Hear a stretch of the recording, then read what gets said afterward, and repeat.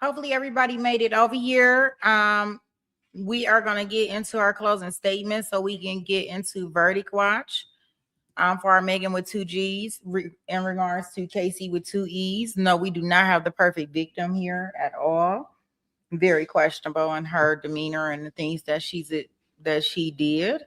But if Meggan with 2 G's is guilty of unaliving Kacee with 2 E's, then rightfully so, then she probably needs to be put away, for a long time. But with that being said, let's go ahead and take it to trial. Take it to trial.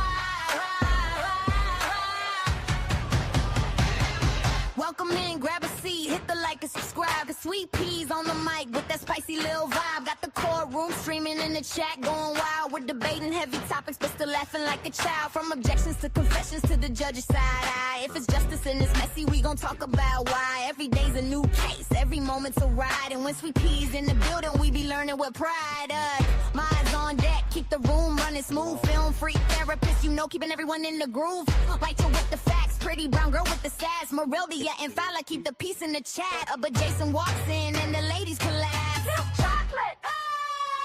Take it to trial, where the truth gets loud and the laughs run wild. Sweet Peas got the spice, she's the queen of the aisle. Chat fam rolling deep, we've been here a while. Lights on, mics up, we gon' do this right. Take it to trial, every day, every night. Take it to trial. Morning shows are sharp, afternoon is on fire. And we catch every moment that the court might inspire. From witnesses whispering, the lawyers trying to hard. You know Sweet Pea breaks it down like a legal tarot card. Chats cracking jokes, dropping theories on the fly. We're serious when it counts, but we still testify. Minds hold it down when the trolls try to play. If you're out of line, court adjourned for the day. But when Jason logs in with that deep hello sound, the ladies in the chat, man, they all fall down. Take it, take it, take it, take it, take it, take it, take it, take it to trial, where the truth gets loud and the laughs run wild. Sweet Peas got the spice, she's the queen of the aisle. Chat fam rolling deep, we've been here a while. Lights on, mics up, we gon' do this right. Take it to trial, every day, every night. Take it to trial. When the sun goes down and the cases get deep, after dark gets spicy, no secrets to keep. Taboo topics, big laugh, slap, happy crew. Sweet Pea says behave, but we never really do. It's opinions, confessions, stories untold, but we handle it with heart like the chat made a goal. Take it to trial, from day to night and every wild mile. Sweet Peas kneeling strong with her trademark style. And the fam in the chat always makes it worthwhile. Turn it up, show some love, hit the like on sight. Take it to trial, yeah, we live tonight. Take it to trial, yeah, we live tonight. Take it to trial.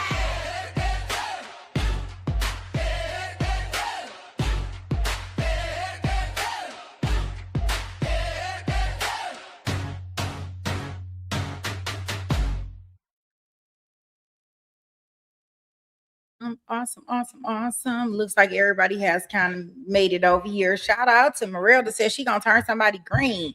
If you receive that gifted membership, make sure you tell Morel to thank you. What's up, Earl? Welcome in. How are you today? So we are about to get into it, get to these closing statements. Let me check really quickly, guys, before we go into these closing statements. Why am I saying opening statements?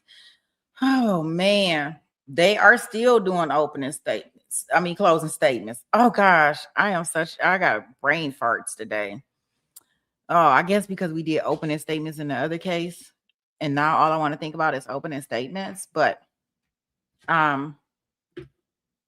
we are in closing statements for this case here. So they are still closing. The defense is currently closing now. So I'm not sure if they took a lunch break in between, but let's go ahead and get into our closing statement so we can be in time for our verdict watch. And I'll put a poll up to see where people stand with this case.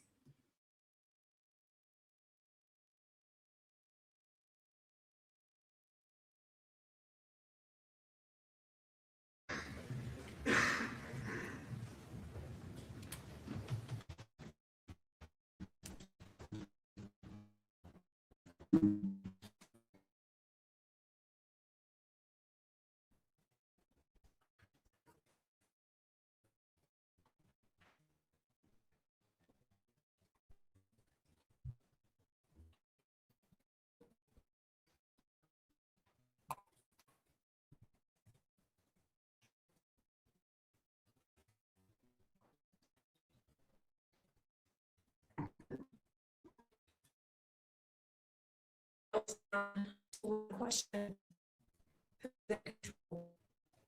In case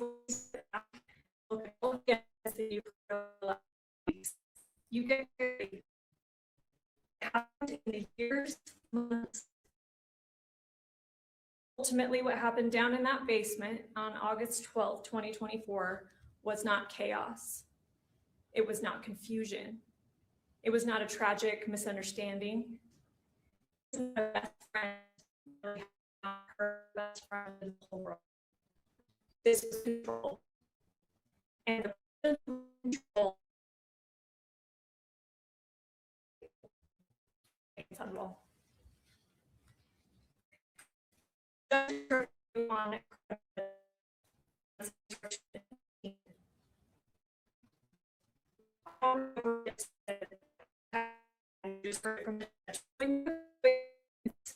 Use your common sense.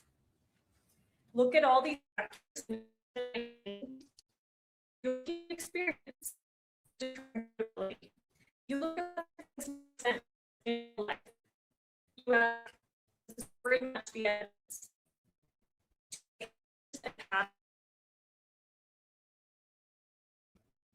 Certain patterns, math,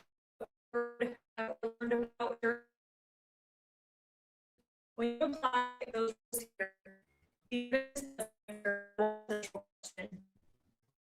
who was actually controlling, causing Kacee? Answer.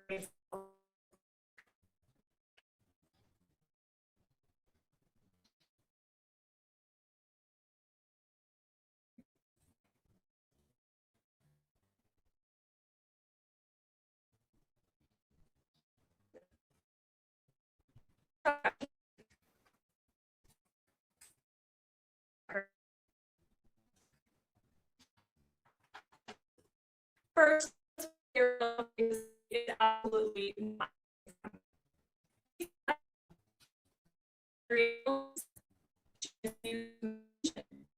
She made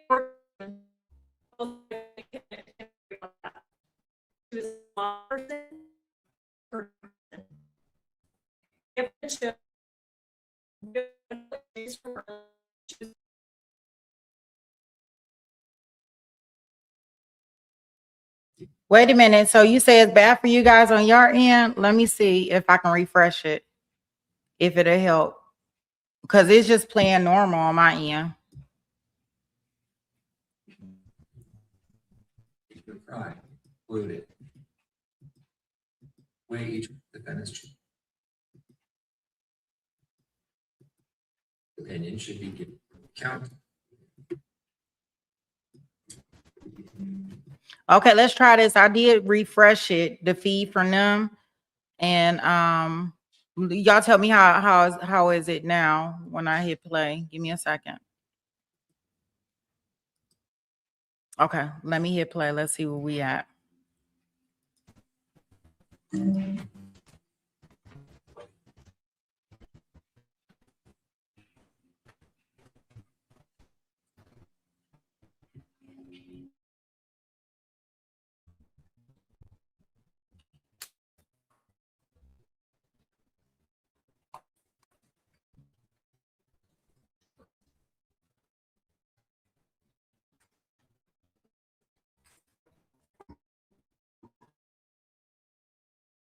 boils down to who was in control. In this case, when you step back, Okay, so are we okay? So I got mixed signals in here. So we saying, wow, I can't hear anything that she's saying, and then I see the audio is terrible. Do I sound terrible as I'm talking to you guys, or is it more because it doesn't? I don't see it on my. I don't hear it on my end. Okay. Let me see. You know, earlier I came in with issues with the mic. Can hear you perfect. The trial fee is really, that is so weird. Let me see.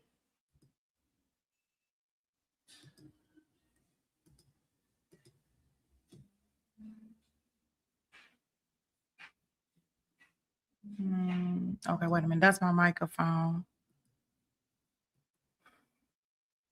Okay, let's see if this is better.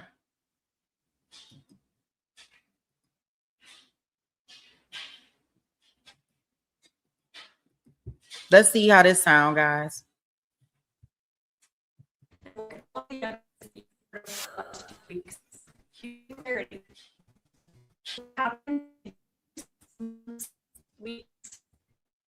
Ultimately went down in that basement on August 24.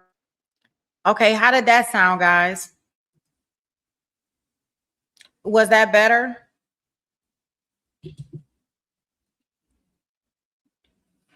I only just paid a little portion of it. I just want to make sure it's better before I continue on. Let me try it again because it's a little, I'm ahead of y'all, so I know it's the, well, I know the video's frozen because I have it frozen because I got it stopped. So it sounds the same.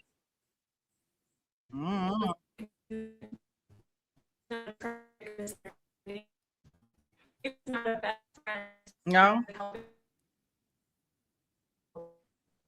This control.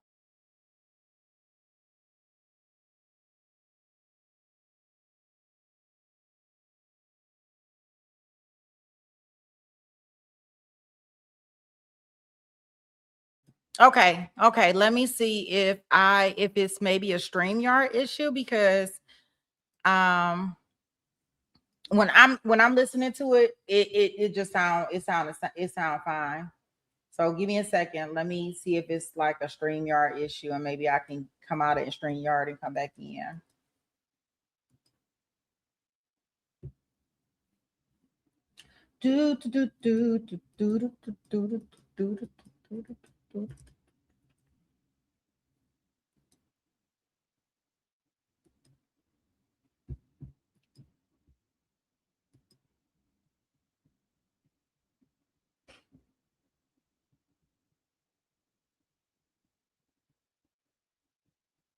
Yeah, it probably won't help me, but I appreciate you sending it. It's not, I don't know, because it sounds fine on my end. So the only thing I can think of is it's probably a StreamYard thing.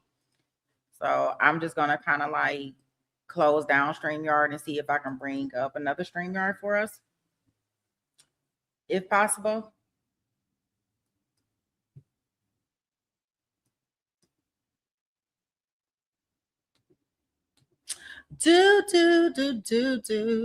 Let me see. Close that out. Let me see if I can refresh this. Give me 1 second, guys. I wonder, should I refresh it or should I close it out? I'm gonna try to refresh it.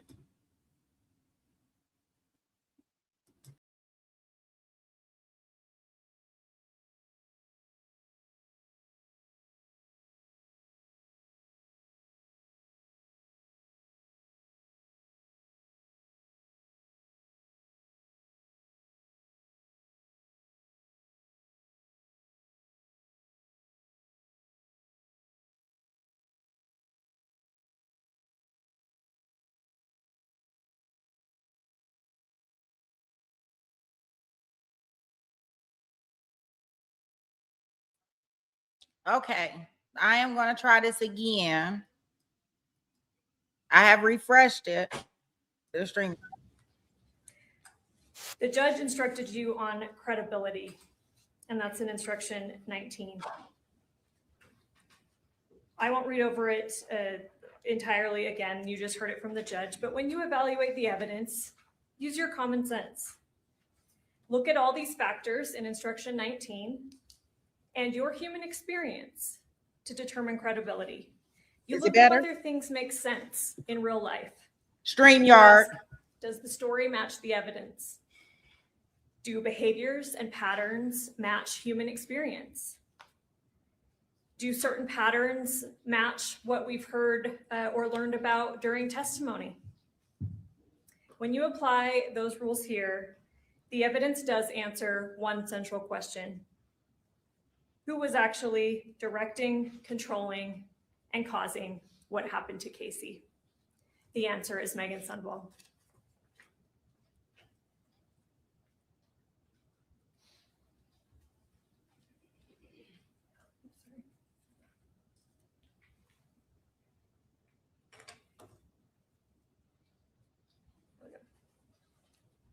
Let's talk about Kacee. What do we know about her? First, let's be clear about something the state is absolutely not running from.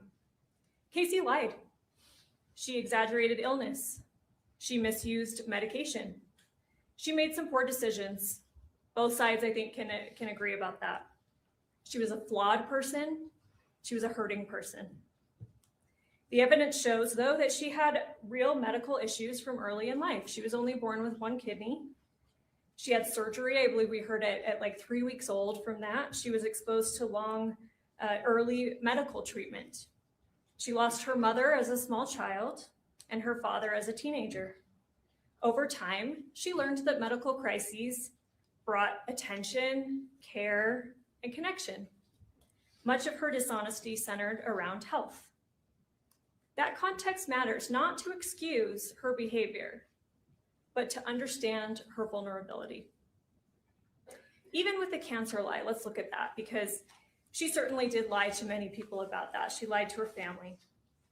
But with her family, they were actually seeing objective factors, objective things that made parts of her story seem believable. Medical supplies were being delivered to the home.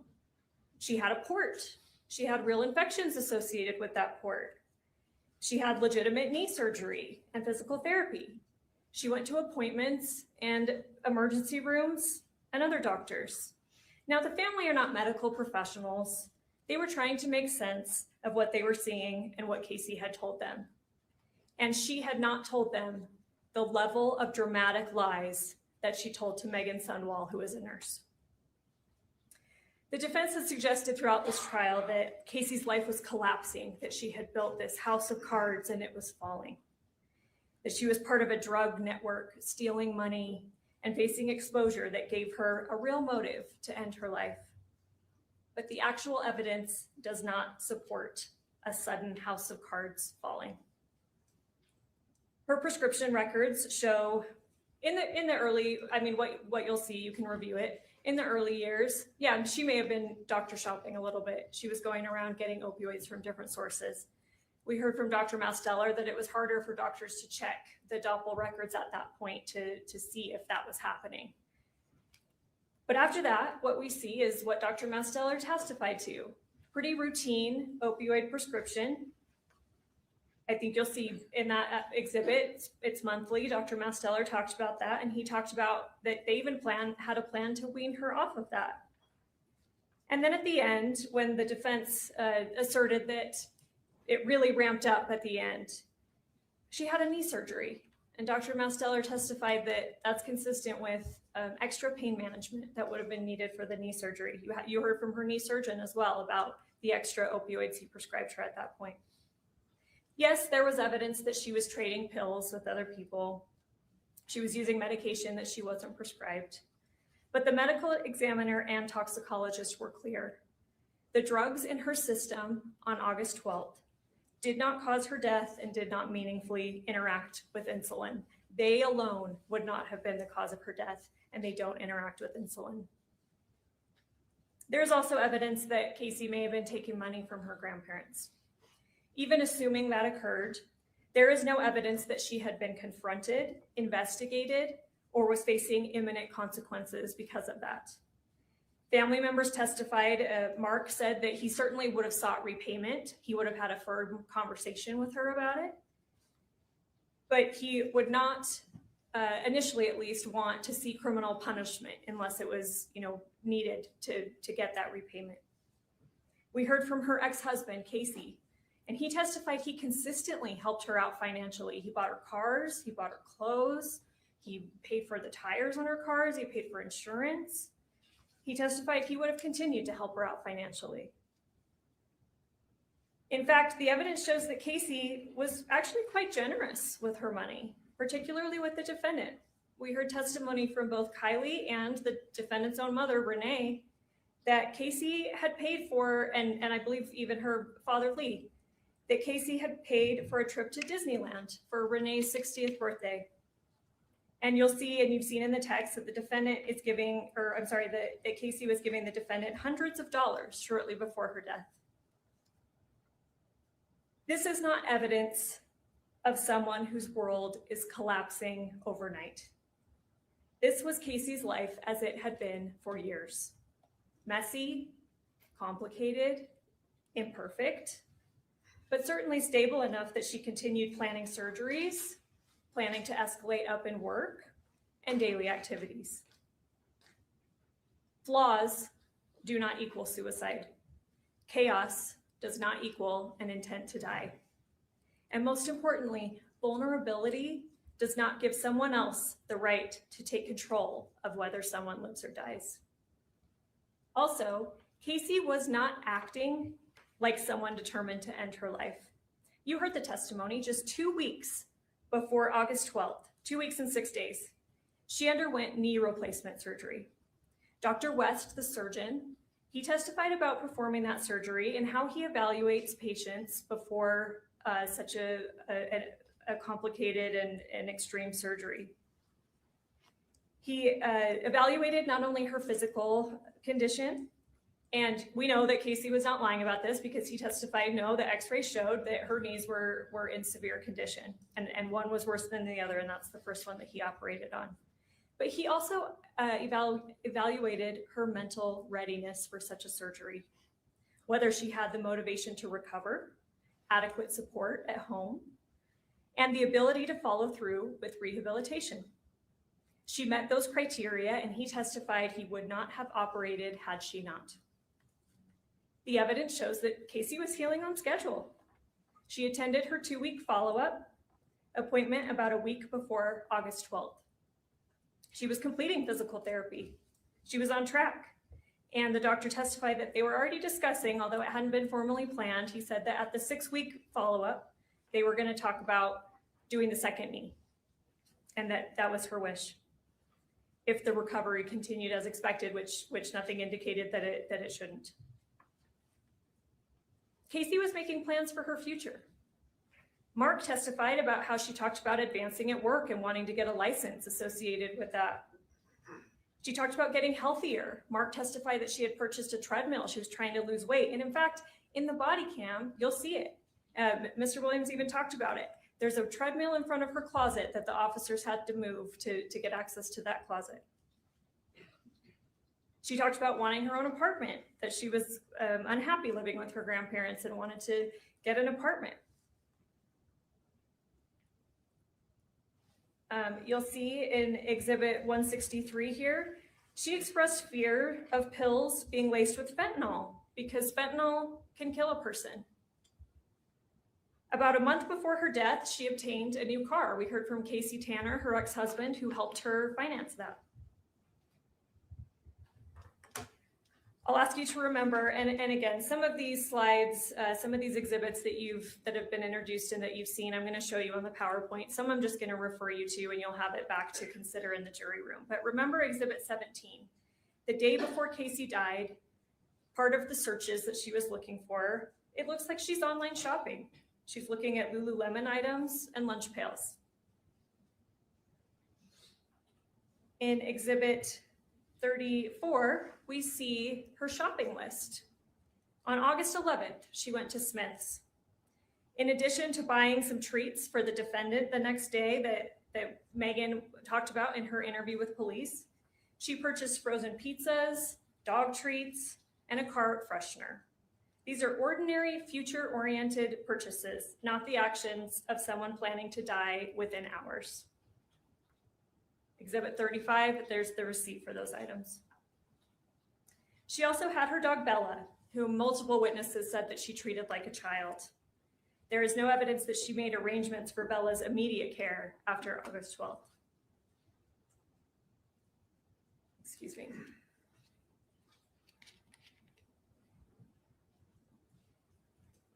You heard that she sometimes portrayed her family as emotionally abusive.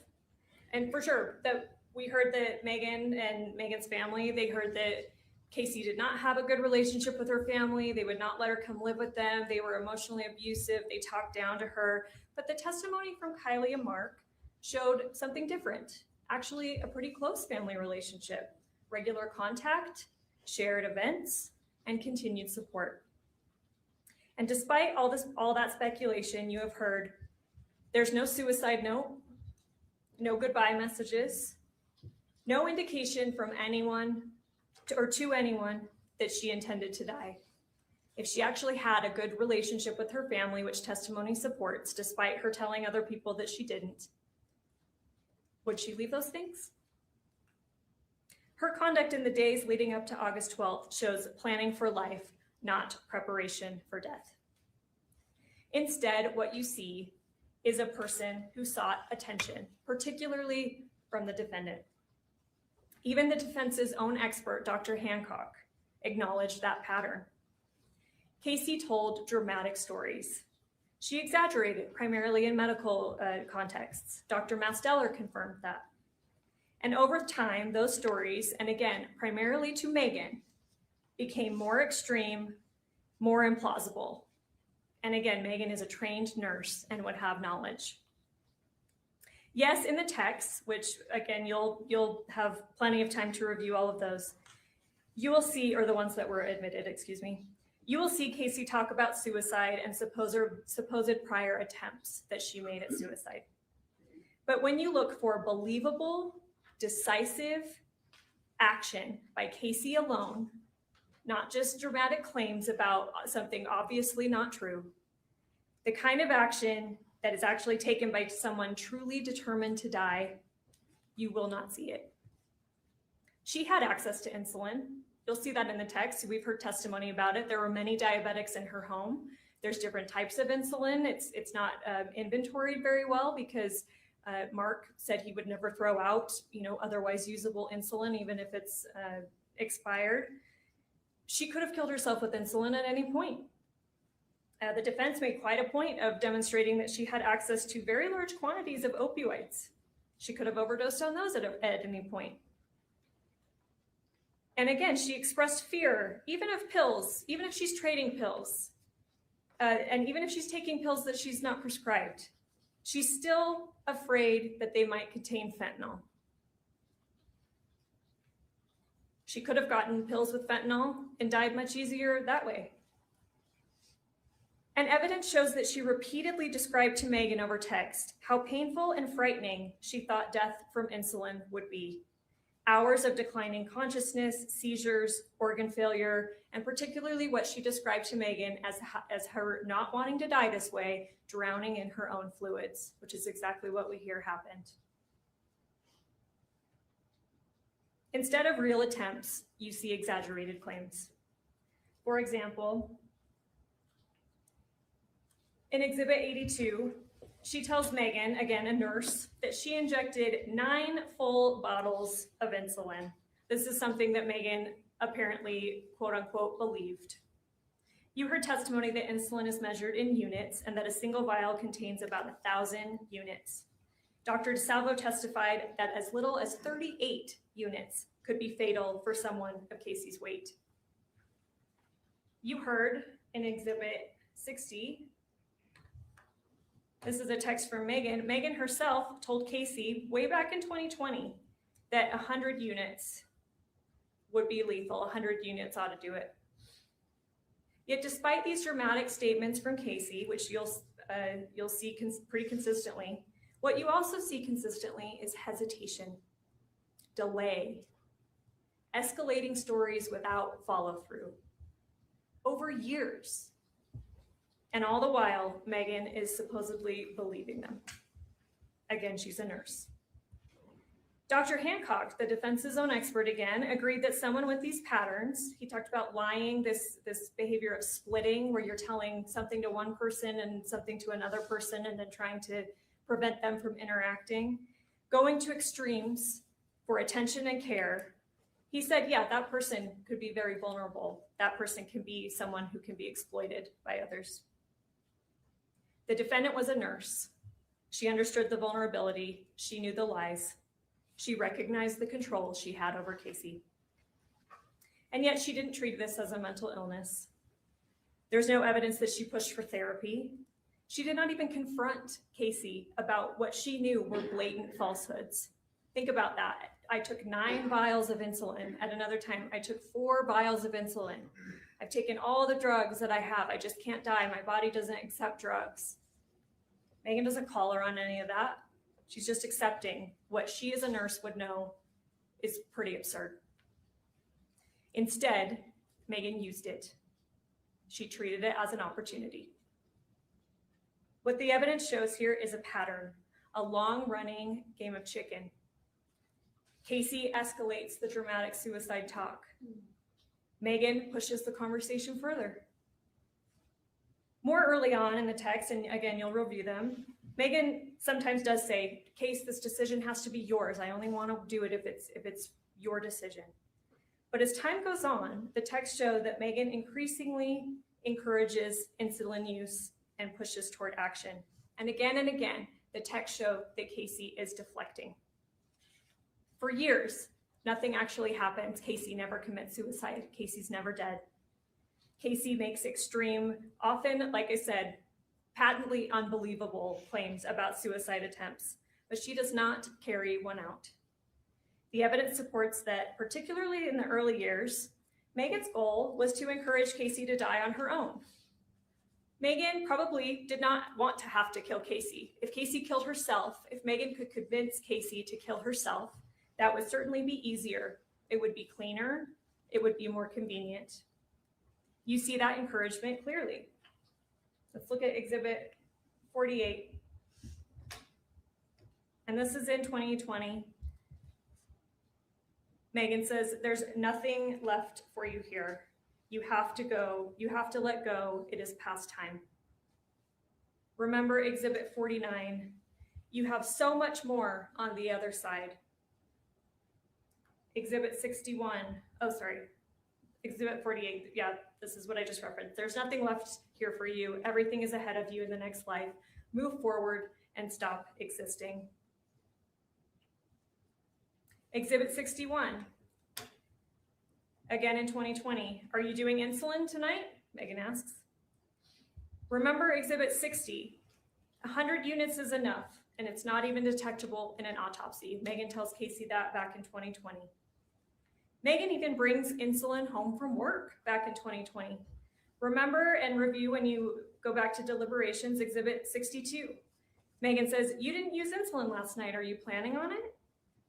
Remember Exhibit 63. Are you planning on using the insulin? Exhibit 65. Should I take the insulin back? Because she had drawn it up and put it in the fridge. And remember Kylie's testimony. She remembered seeing it there. This is when Kacee was moving out of Meggan's home and said that she was afraid of Meggan doing something to her. And Kylie said, I saw a vial of insulin in there. That's backed up by the defendant's own statements. Let's look at Exhibit 66. Meggan is saying, there's still shots in the fridge. I drew them up for you and tried to get you to take them. It's on the third text down. Even then, Kacee is hesitating, delaying. Remember Exhibit 67. Kacee says, I was going to do it last night, but I fell asleep, probably tomorrow. Remember Exhibit 62. Kacee explains that she's just not ready. She wanted to talk to Meggan first. She feared missing Meggan. And she said, I just need to do it and get it over with. But I have all these attachment issues. Dr. Hancock testified that people with these patterns, again, are seeking attention, care, and reassurance that their life has value. Yet Meggan does not redirect her toward treatment. Instead, she continues the conversation. Exhibit 51, Meggan asks, What do you have to live for in this life? I truly believe everything for you is ahead of you, not here. I felt that way for a long time, more strongly as time goes on. Over time, it's becoming clearer to Meggan, even despite all this encouragement that Meggan is giving her, Kacee is not going to do it. She's not going to do it alone. So Meggan begins offering direct help. Let's get to 2021. Exhibit 52. I will come over and help you do them. I'm happy to come over and help you if you are really ready to be done. Exhibit 53. I don't think you will. And then she says something. She says, something's holding you back. Do some soul searching and figure out what's holding you back. When you are actually ready, you let me know and I'll be there to help you. You won't be able to do it alone. Meggan herself, way back in 2021, knew that Kacee was not going to do it alone. Meggan understands the dynamic. Remember Exhibit 70. Meggan suggests drawing up everything you've got and giving it through your port. And then she again asks, do you want me to come over and do it? Still, we see Kacee stalling. Remember Exhibit 72. Kacee's delaying again. She says, oh, I was going to, my nurse was coming over, then I needed to take Bella out, then I fell asleep. And still we see Meggan pushing harder. Exhibit 133. Honestly, this is Meggan to Kacee in 2022. Honestly, I think with the insulin, someone, should probably be me, should stay with you and continue to give you doses so it will actually stay low and you can pass. Ladies and gentlemen, this message marks a turning point. By 2023, the pressure still continues. Remember Exhibit 98. Meggan asks, are you wishing you went through with your plan? Remember 55. I really, really want to be be there with you when you pass. Exhibit 54, Meggan's talking about wanting to be present and she's even coordinating the timing around childcare. Kacee again hesitates. At this time, she says, it does not feel right. Go look at Exhibit 54 and see that. Meggan, again, she does say, this is Kacee's choice, this is your choice, but again, never therapy, never intervention, never ending the conversation, never calling Kacee are communicating to Meggan through Kacee's own phone during this fake hospice. Dr. Mausteller, again and again and again, or is it just no, me? these vitals are not real. They don't make sense. They're incompatible with I life. see her lips And every moving. time I asked him, would you expect a nurse to know that? Yes, yes, yes, yes. Even Dr. Hancock, again, the defense's expert, he said he's not a medical doctor, and that's to be fair, but even he said some of these vitals are highly suspect. And yet Meggan continues to play along. She even responds, it's a total mystery when she sends her some kind of vital, and pretending to be a nurse, she says, hey, have you ever seen vitals this low? Even the doctor's confused. Meggan, it's a total mystery. Instead of challenging the obvious fabrication, she sustains this suicide narrative, and the pressure continues to escalate. Remember Exhibit 58, Meggan tells Kacee, Easter would be a beautiful day to die. Remember 100, Meg says, it would have been a good day for me to come and help you with the insulin. Remember 57, go Case, don't look back, go. Remember 101, Meggan asks about obtaining insulin and transferring prescriptions because Kacee says, oh, the pharmacy's out. Again, delaying. The pharmacy's out, they can't get it. Meggan goes, well, see if they can transfer pharmacies. Exhibit 96, Meggan proposes trying insulin the next day. And I'll show you Exhibit 135. And here we're up to June of 2024, just a few months before August 12th. Case, can you get the insulin? They're keeping you off for 48 hours. Let's try it. I'll come and help you and give it to you regularly. and see if it works. Again, that message deserves emphasis. Remember Exhibit 88. Meggan says, if that doesn't work, I think we should get the insulin. I'll come help you. Exhibit 77, she insists that if they try insulin, she wants to be there to help administer it. Meggan is not letting the topic go. And in fairness, Kacee is continuing it going on too, and she's getting more and more dramatic, and she is talking about suicide, but not in a believable way.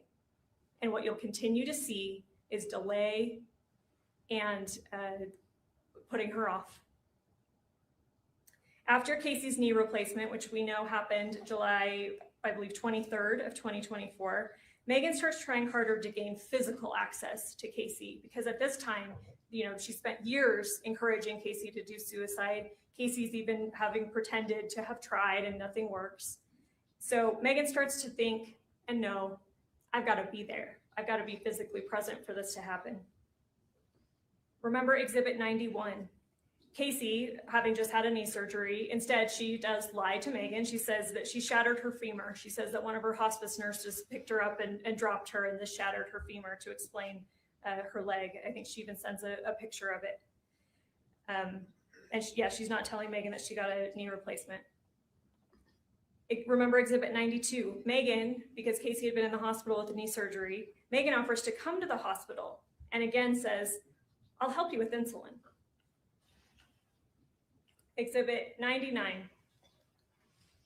Here, Meggan is talking to one of these fake hospice nurses or doctors, and she says, I know she doesn't want anyone seeing her this way, but I feel like I need to come and see her. Again, trying to get physical access. And here again, we see that Kacee is delaying and deflecting. I think I would wait a little while and let her sleep, and then when we do a shift change, we can talk to her and have her get a hold of you and see if that would be okay. Would that be okay with you? In Exhibit 102, now we're up to July 26th of 2024. Meggan, do you want to try the insulin? Kacee, again delaying. I do, I just don't want to do it until after I talk to Masteller tonight. And again, Masteller is her real primary care physician, but you'll see in Exhibit 81 that Kacee is also pretending that Masteller is coordinating this hospice care, that he's the hospice doc. We heard from Dr. Masteller that obviously no such thing actually happened. Still, Exhibit 102, Meggan says, do you want me to try and come and help you tomorrow? Kacee, again deflecting, delaying. I'll let you know after I talk to Masteller tonight. Exhibit 132. Meggan, again, we're end of July 2024. No, you just asked me to help you today, which you've done several times, and I plan on coming to help you and end up waiting all day to hear from you, and you never do. It is just frustrating sometimes.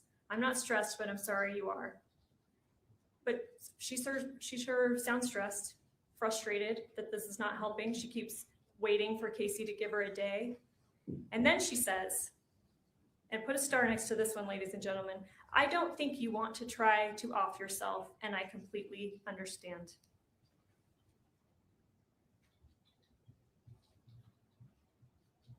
So shortly before, here we are, July 27th, 2024, she's even saying she doesn't think Kacee wants to kill herself. I'll show you Exhibit 76. Here we're to August 5th of 2024. Here's where you and I differ the most, I think. And it's the same with Mitch. You two are actually so alike. Your focus is on the now. Like you want relief now. Whereas I was focused on doing the insulin because it's a long-term solution. Not just for the now. You need a permanent solution, Kacee girl. Exhibit 94.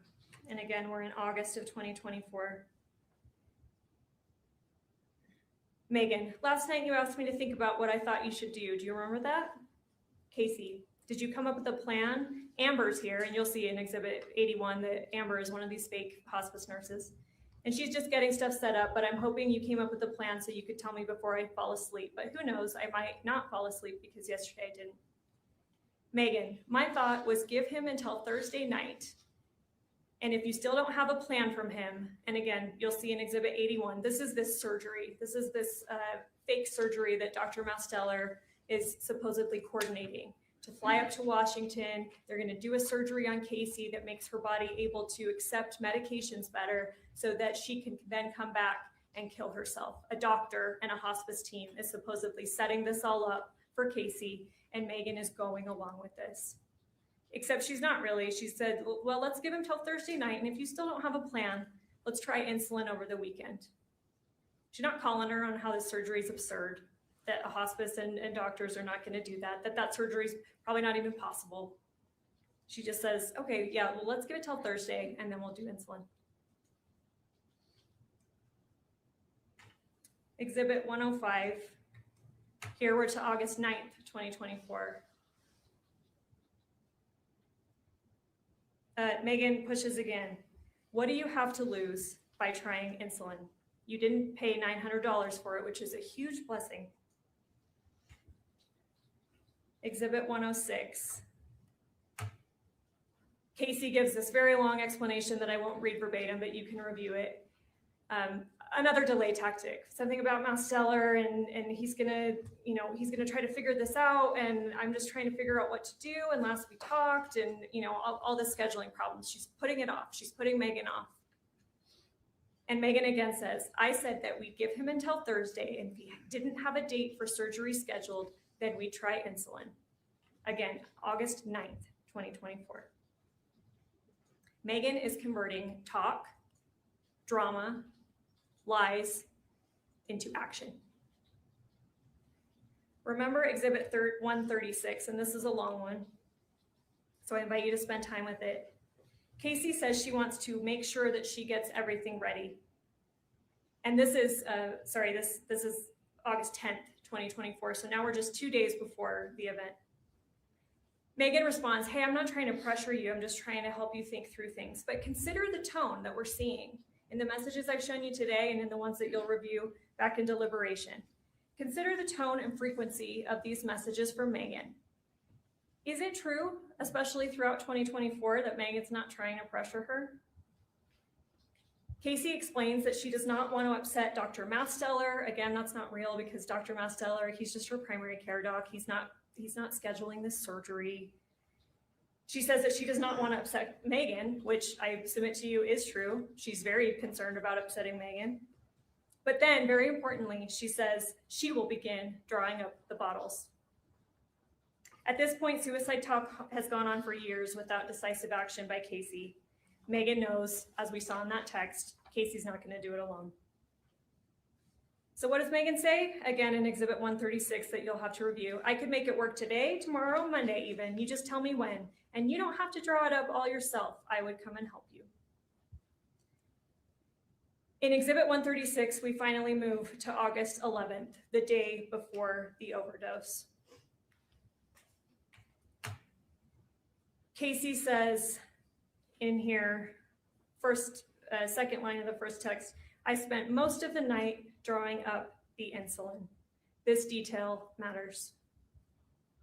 Even after saying she's prepared the syringes, though, she immediately goes back to delaying again. The very next message, my grandpa's in town, my family's coming over, so we could do it either later or today. I didn't know we had family coming over. I can't go upstairs with my leg like this. The next message, I'm thinking we need to wait a little bit since my grandpa's brother and family are coming over. I just want to know if you're okay with that. She's putting it off. She's giving reasons why Meggan can't come over.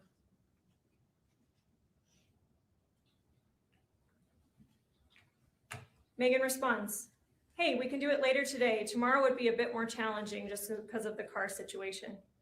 And again, Kacee's trying to put it off. Okay, hopefully they won't stay long. It's Kylie's birthday. We're gonna be having dinner, birthday cake and stuff, and they're all here. Hopefully they'll be gone. Do you want me to just keep you updated? And then again, importantly, Kacee says, I have everything ready. Now I'm getting irritated because I don't have meds from Masteller, so I feel horrible. I want to do it and pray it works. I just wish Kylie could get off work sooner because the rest of the family are here. They are just visiting while we wait for Kylie's family. Delay, deflection. But saying, that, yeah, she spent most of the night drawing up all the vials. She has everything ready. Meggan becomes irritated. That probably won't work. That's lots of relying on other people. I can see if Mitch can work from home and my dad can watch Porter tomorrow. I'll have to see about my dad though.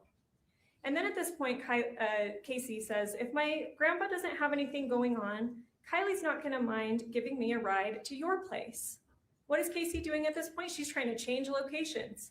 Because if she changes locations, if the plan has to occur at Meggan's house, then Kacee can deflect a lot easier. Meggan knows that though. Okay, my dad can watch Porter tomorrow morning. So she's coming over at this point. Meggan's coming over the morning of August 12th.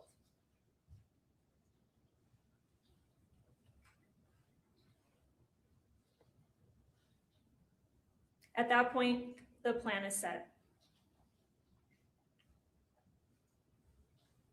And this is another important one. August 12th, morning of. I'll be there in just a few minutes. Do you want to take some promethazine when I get there so that you are asleep when this is happening? Again, that message warrants emphasis. This is not vague suicide talk anymore. This is preparation for a controlled event, an event that Meggan apparently is expecting Kacee to be asleep for. What does that suggest? Is Kacee doing it herself? No. So you're asleep while it's happening. And again, this preparation follows Kacee's statement that she has already drawn up the syringes. Now let's switch gears. Why would Meggan want Kacee dead? Well, we've heard testimony about it. She believed Kacee's death would solve her financial crisis. Money explains why Meggan crossed this final line. Starting in 2023, Meggan's texts to Kacee show escalating desperation about money. Remember Exhibit 123. This is September of 2023. Meggan says she had to throw out the food from her freezer because it broke and they're going to be eating canned beans. Kacee responds that she wishes she had money to give Meggan and feels guilty she has not passed because the life insurance policy would sure make Meggan's life easier. Remember Exhibit 125. This is October of 2023. Meggan texts Kacee, Mitch's child support doubled. We get to 2024 and then Meggan's financial pressure is really escalating. Exhibit 126. This is January of 2024. I'm going to lie down and turn my phone off for a while. I am an absolute mess. I lost my job this morning. I'm sick about it. We are going to lose everything, Case. Our house, Mitch's stupid truck, our lives here. I'm feeling so hopeless and so discouraged. What am I going to do? I'm so tired of giving my heart and soul and always being hurt so deeply. I can't keep doing it. What am I going to do? I'm so ashamed. I keep losing jobs and people keep hurting me. There must be something wrong. It goes on. This really, really limits my ability to work and provide for my family. It doesn't even matter what happened. It's done. And I'm going to be the cause of us losing everything. Kacee responds, I'm sorry that you've been struggling. How's Mitch doing? Mitch is being sweet and sensitive. But then Meggan says, trade me places. Let me go home and you stay here in this awful place. Remember Exhibit 127. This is February of 2024. She damages her car again. Meggan does. Exhibit 128. If you dying would get me out of this mess and darkness I am in now, I would take it. February of 2024. Remember Exhibit 129. This is, again, February 2024. She says car repairs are going to be $4,000. Remember Exhibit 131. More car. This is July of 2024. There are more car problems. It's overheating. Exhibit 157. July 29th, 2024. Meggan says, I know it sounds so dumb, but I saved up for these pants. I really, really wanted at the buckle, and I'm taking them back now because I can't afford groceries for my family, so it kind of sucks. Kacee, I'm so sorry. How much are the pants? Do you have your Venmo card on you? I sent you $320. Might be less because of the card. They sometimes take a fee. Kacee, again, Meggan, instead of buying groceries for her family, she's opting to spend over $300 on pants, and Kacee Venmos her that money. You heard testimony. Again, we've known that Kacee is paid for a Disneyland trip. She's sending that money a few weeks before her death to Meggan. Dr. Hancock explained that in relationships like this, sure, it's someone in Meggan's position in this dynamic could be motivated by the caretaking. That could be one explanation. But he said, when I cross-examined him, that they can also be motivated by things like gifts and money. Evidence shows you that Meggan needed money and she was sick of waiting for it. Frankly, Mr. Williams mentioned this in his opening. He said that Kacee was bombarding Meggan with all these texts. And you heard there is a total of 29,000 of them. You don't have all of them. Obviously, that would take weeks for you to go through. But you have a lot, and you'll see that, yeah, Kacee was sending a ton of messages, and Meggan was responding a lot. It was probably exhausting pretending to be Kacee's friend and believing all these absurd lies. It probably was exhausting, and she was tired of it. She had been doing this for years. She believed the life insurance, she believed the money, and she had to speed up the process. This was Meggan's investment. She had spent years on this investment, and she expected it to be paid out. Not an investment. Remember Exhibit 156. This is July 30th, 2024. So we're getting pretty close to the August 12th. Meggan says she was $28 short at the grocery checkout, and a nice old lady behind her had to help spot her. This financial pressure matters because alongside that pressure is Meggan's belief that Kacee had a life insurance policy with her as the beneficiary. And you may be wondering why, if Meggan is, pretending, or all of these other things that Kacee's telling Meggan are so absurd, why would she believe the life insurance policy? Well, go look, because this is the one claim from Kacee that Meggan actually investigates. She actually vets it. She actually asks some questions. She does some follow-up work on it. And Kacee gives her details that sound pretty credible. Exhibit 30, this is, it looks like legitimate policy stuff at the top. There's a number that is the number that Meggan later gives to John Hancock when she calls after Kacee's death. And here we have, handwriting. I believe Kylie testified that this is Kacee's. She's signing this over to Meggan way back in, here signed April 28th of 2016.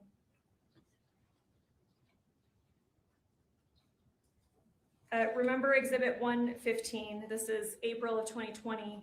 Kacee reminds Meggan that she's going to receive the policy if Kacee dies. Meggan asks whether it's going to be enough for cosmetic surgery. She goes, can I get a facelift, tummy tuck, eyelid surgery? Let's look at Exhibit 116. And this is, again, in 2020, but Meggan is asking follow-up questions. Here's a random question for you. How on earth did you get approved for a life insurance policy with all your health stuff? Kacee, I bought it back in 2011. I wasn't as sick back then, but when my dad died, I decided to get one too because my dad always tried to make me get one, so I did. She's giving information that sounds like it could be credible.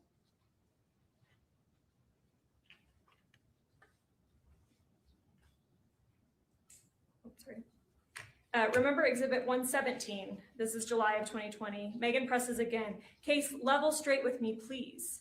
Is the policy real? I want to know about this. Kacee insists that the policy is real and says that she wanted Meggan to be surprised when an attorney called her if Kacee ever died to tell her that she would receive over $1 million. Let's look at Exhibit 119. This is October of 2023. Meggan again seeks confirmation. Can I ask you a question I really shouldn't? Is the money thing for real? I don't think Mitch and I are going to be staying together, and I need to know what I'm looking at as far as being able to take care of Porter by myself and how much I'm going to have to work, whether it be 2 or 3 jobs. I'm so sorry to ask. I really am. I feel really uncomfortable asking, actually.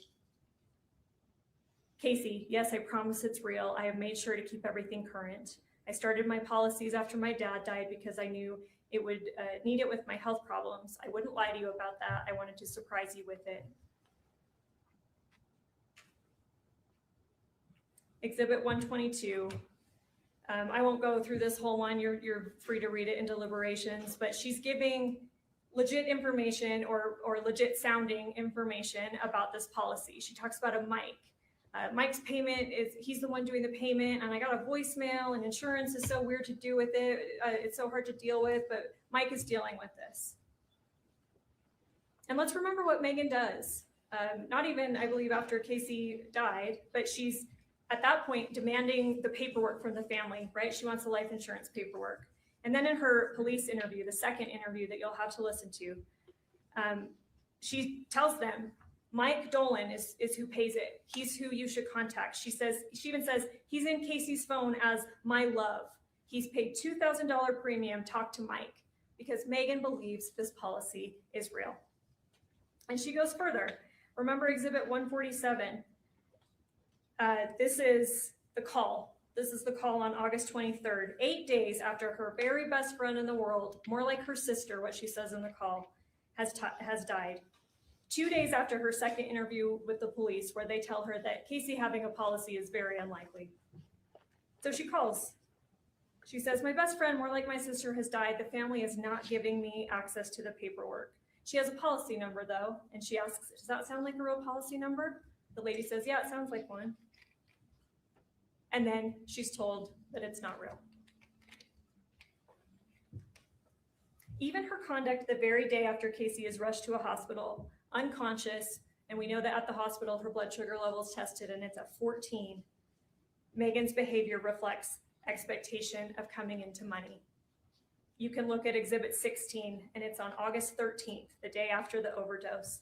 When Kacee is in critical condition at the hospital, you can look through what Meggan is searching on her phone.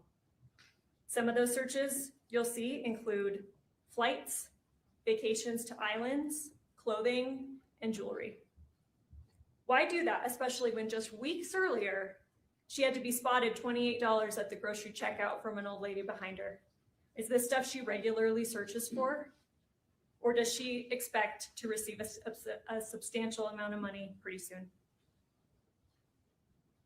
Despite years of obvious exaggerations and lies from Kacee, Meggan maintained this relationship, not because she believed it, everything that Kacee was telling her, not because they're actually best friends, but because the evidence shows that the one thing she did believe was the life insurance policy and that Kacee's death could bring her more than $1 million. So again, let's turn back to August 12th, the day that set in motion Kacee's death that ends up following on August 15th. By this point, Meggan has turned years of talk into action. But she already told Kacee back in 2020, 100 units would be fatal. She explained in that same text, insulin overdoses are difficult to detect in an autopsy. And in her own text, she spells out the plan, and you can see it. Remember Exhibit 72, she tells Kacee to take extra fast acting. And again, Exhibit 133, which you've seen, but I'm gonna emphasize again.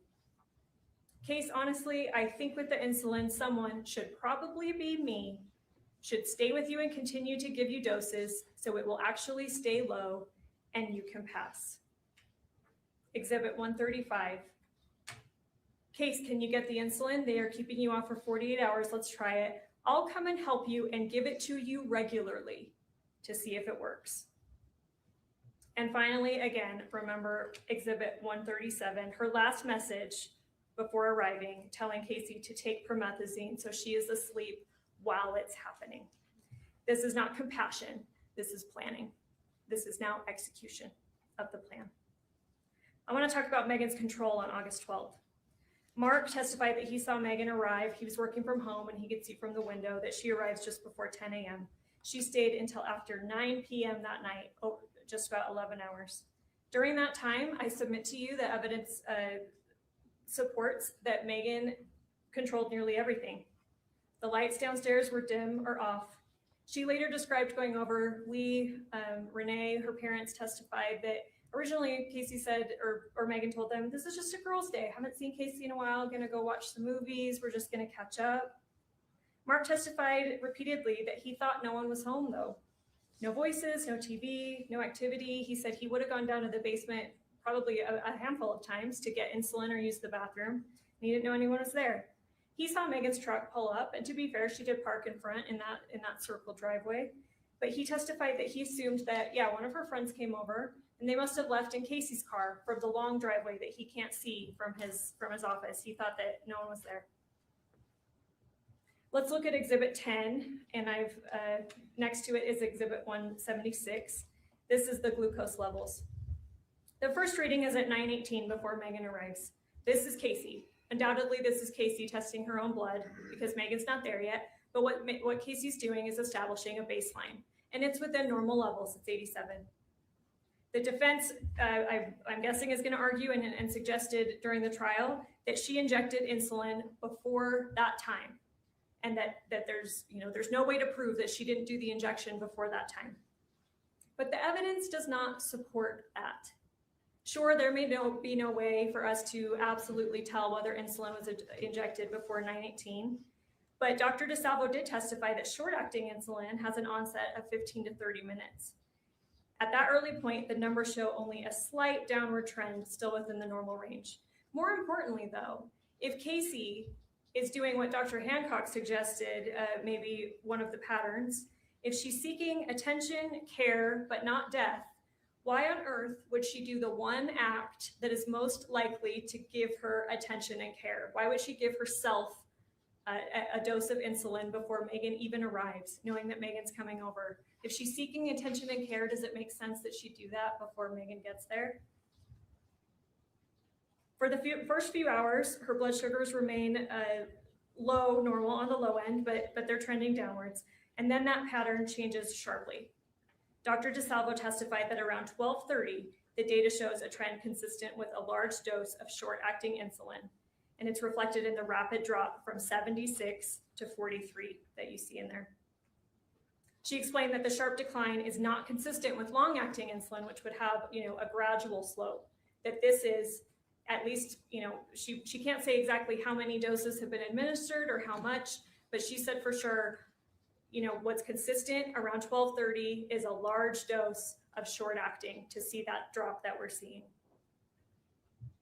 And again, we know anything over 38 units with Kacee's body weight would be fatal, and 100 units would certainly be fatal and would certainly explain why hospital staff was unable to stabilize Kacee's blood sugar for days in the hospital, despite continuous dextrose. Dr. DeSalvo testified how insulin works. It sits under your skin and it continues to dissipate in your body. And even with them giving her continuous sugars, they couldn't stabilize her blood sugar over days. Dr. DeSalvo said that would require a huge amount of insulin to be on board. With what we know about the glucose levels, let's look at Exhibit 37. And let's take for argument sake right now that let's say a huge dose was given at 12:30. At 12:47, shortly after that, Meggan texts a number that she identifies as Dr. Masteller, but we know from Detective Farney that this is actually the old number of Kacee's grandfather. This is not Masteller's actual number. Hello, Dr. Masteller. This is Meg, Kacee's friend. I'm just trying to touch base with you and see where we are at with getting the surgery scheduled. Kacee's memory isn't the best, so when I ask her, she isn't always very clear. At the same time, though, Kacee's glucose is dropping, and it's starting to drop more dramatically. DeSalvo said that short-acting insulin causes confusion, sweating, weakness, disorientation. Yet Meggan doesn't tell this doctor that she's supposedly texting that she's even with Kacee. She doesn't make it clear that, hey, I'm with Kacee at the time. She doesn't describe any symptoms. She doesn't ask what to do. She doesn't attempt to verify any DNR that she's supposedly been talked about or told about. She's not seeking medical guidance. She's creating a record. Because what did Lee, her dad, testify to when he later showed up? He said, she told me, I've contacted the hospice doc and we're waiting to hear back. She contacted him, all right, but or who she may have thought was him, but obviously it's not his number. But she doesn't give any relevant information about what's happening at the time. Let's talk about the medical emergency. Dr. DeSalvo testified that anything below 50 is hypoglycemia. That's a medical emergency. Before 45, she said it's a critical alert and that every nurse is trained to recognize and know this. The numbers continue. At 12:30, Kacee's at a 76, drops to 43 at 1:43, and at 2 p.m., she drops to a 30. At those levels, Dr. DeSalvo said that the symptoms that we're probably seeing are progressing towards seizure and coma. And you know what? We know that happened because in Exhibit 27, Meggan is texting her own mom at 1:59, and she says, I'm still here with Kacee. She's not doing too great. I can't even get her to wake up. So we know at least from this point on, from the defendant's own words, Kacee's out of it. And that's exactly what the medical evidence predicts. Yet Meggan doesn't call 911. There's no evidence that she attempted to contact Dr. Masteller again or contact another physician. She continues to control the conduct and information people receive. Dr. DeSalvo testified that by approximately 1:19, so even before we know that Kacee's unconscious or can't be woken up, Kacee would have been physically unable to test her own blood sugar. And Mark walked you through that process. It's multi-step. It involves, kind of fine motor skills, taking out strips, poking. Dr. DeSalvo said, no, with where Kacee was at 1:19, she wouldn't have been able to do that for herself. But the testing continues for hours. Who's doing it? Meggan. She's the one there. Definitively, Meggan is the one after that point. Maybe Kacee, we know Kacee tested her own at 9:18. Maybe she did a few of the tests earlier when she was physically able to. But at least for 7 hours, Meggan is the one affirmatively doing those tests, just like she said she would. You need somebody to stay with you and keep giving you doses to make sure your sugars stay low. That's exactly what she's doing. And again, no sugar given, house remains quiet, and Meggan is testing to ensure that Kacee's condition is worsening. Kacee's brain and organs are deprived of the glucose and oxygen they need to survive, and a trained nurse understands that the duration of hypoglycemia matters tremendously. Finally, let's look at exhibit 16. Meggan is repeatedly Googling, and this, 8/12/2024, 4/23, 4/24.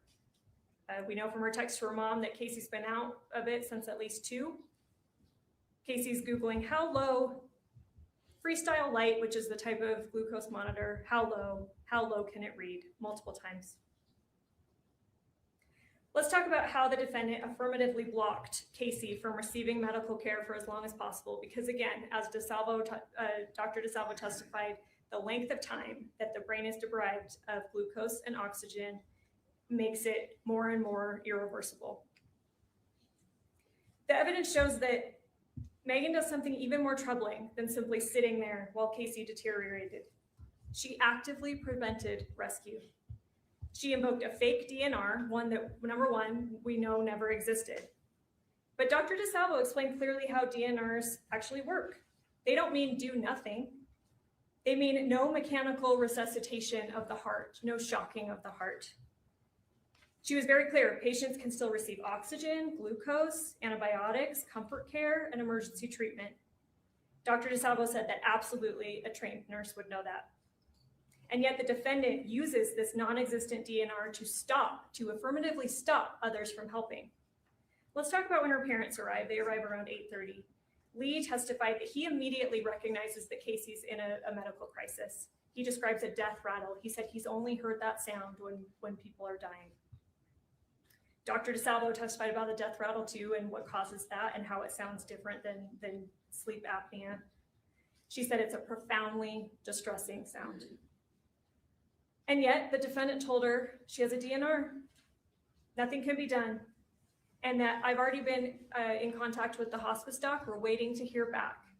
So Lee's presumption at that time, even though he knows there's a medical crisis, he's not medically trained. Okay, a DNR means I can't do anything. And she's already contacted the doctor. We're just waiting to hear back. But again, we know that Meggan did not give this Dr. Masteller any relevant information that she's waiting to hear back on. She's not contacting again, saying, this is Kacee's condition. What do I do? She misrepresented the situation to her own father to actively prevent any intervention. Let's talk about blocking Mark. Around 9 p.m., Mark comes downstairs because Grandpa's been trying to call Kacee. She's not answering, so he asks Mark to go down and check on her. And Mark immediately recognizes, just like Lee had, this is a medical emergency. He says, how long has she been like this? And when he mentioned calling 911, he testified that the defendant came apart. Meggan then calls Kylie and again invoked the fake DNR, saying there's a DNR, you can't call 911, trying to get Kylie to stop Mark from calling 911. These are affirmative steps Meggan is taking to prevent 911 from getting involved. Meggan also claims to have held a medical power of attorney, that she is the one that has the responsibility of medical choices over Kacee. But we know again that that's fake, that number one, it didn't exist. And again, this is something that either Dr. Mastel or Dr. DeSalvo testified that, no, that's like legal documents. You'd have to go sign paperwork. She would have had to have seen something. It would have to be in front of a lawyer or a notary. Meggan would absolutely know that she did not have medical power of attorney, and yet she's asserting that she has the responsibility over Kacee's care.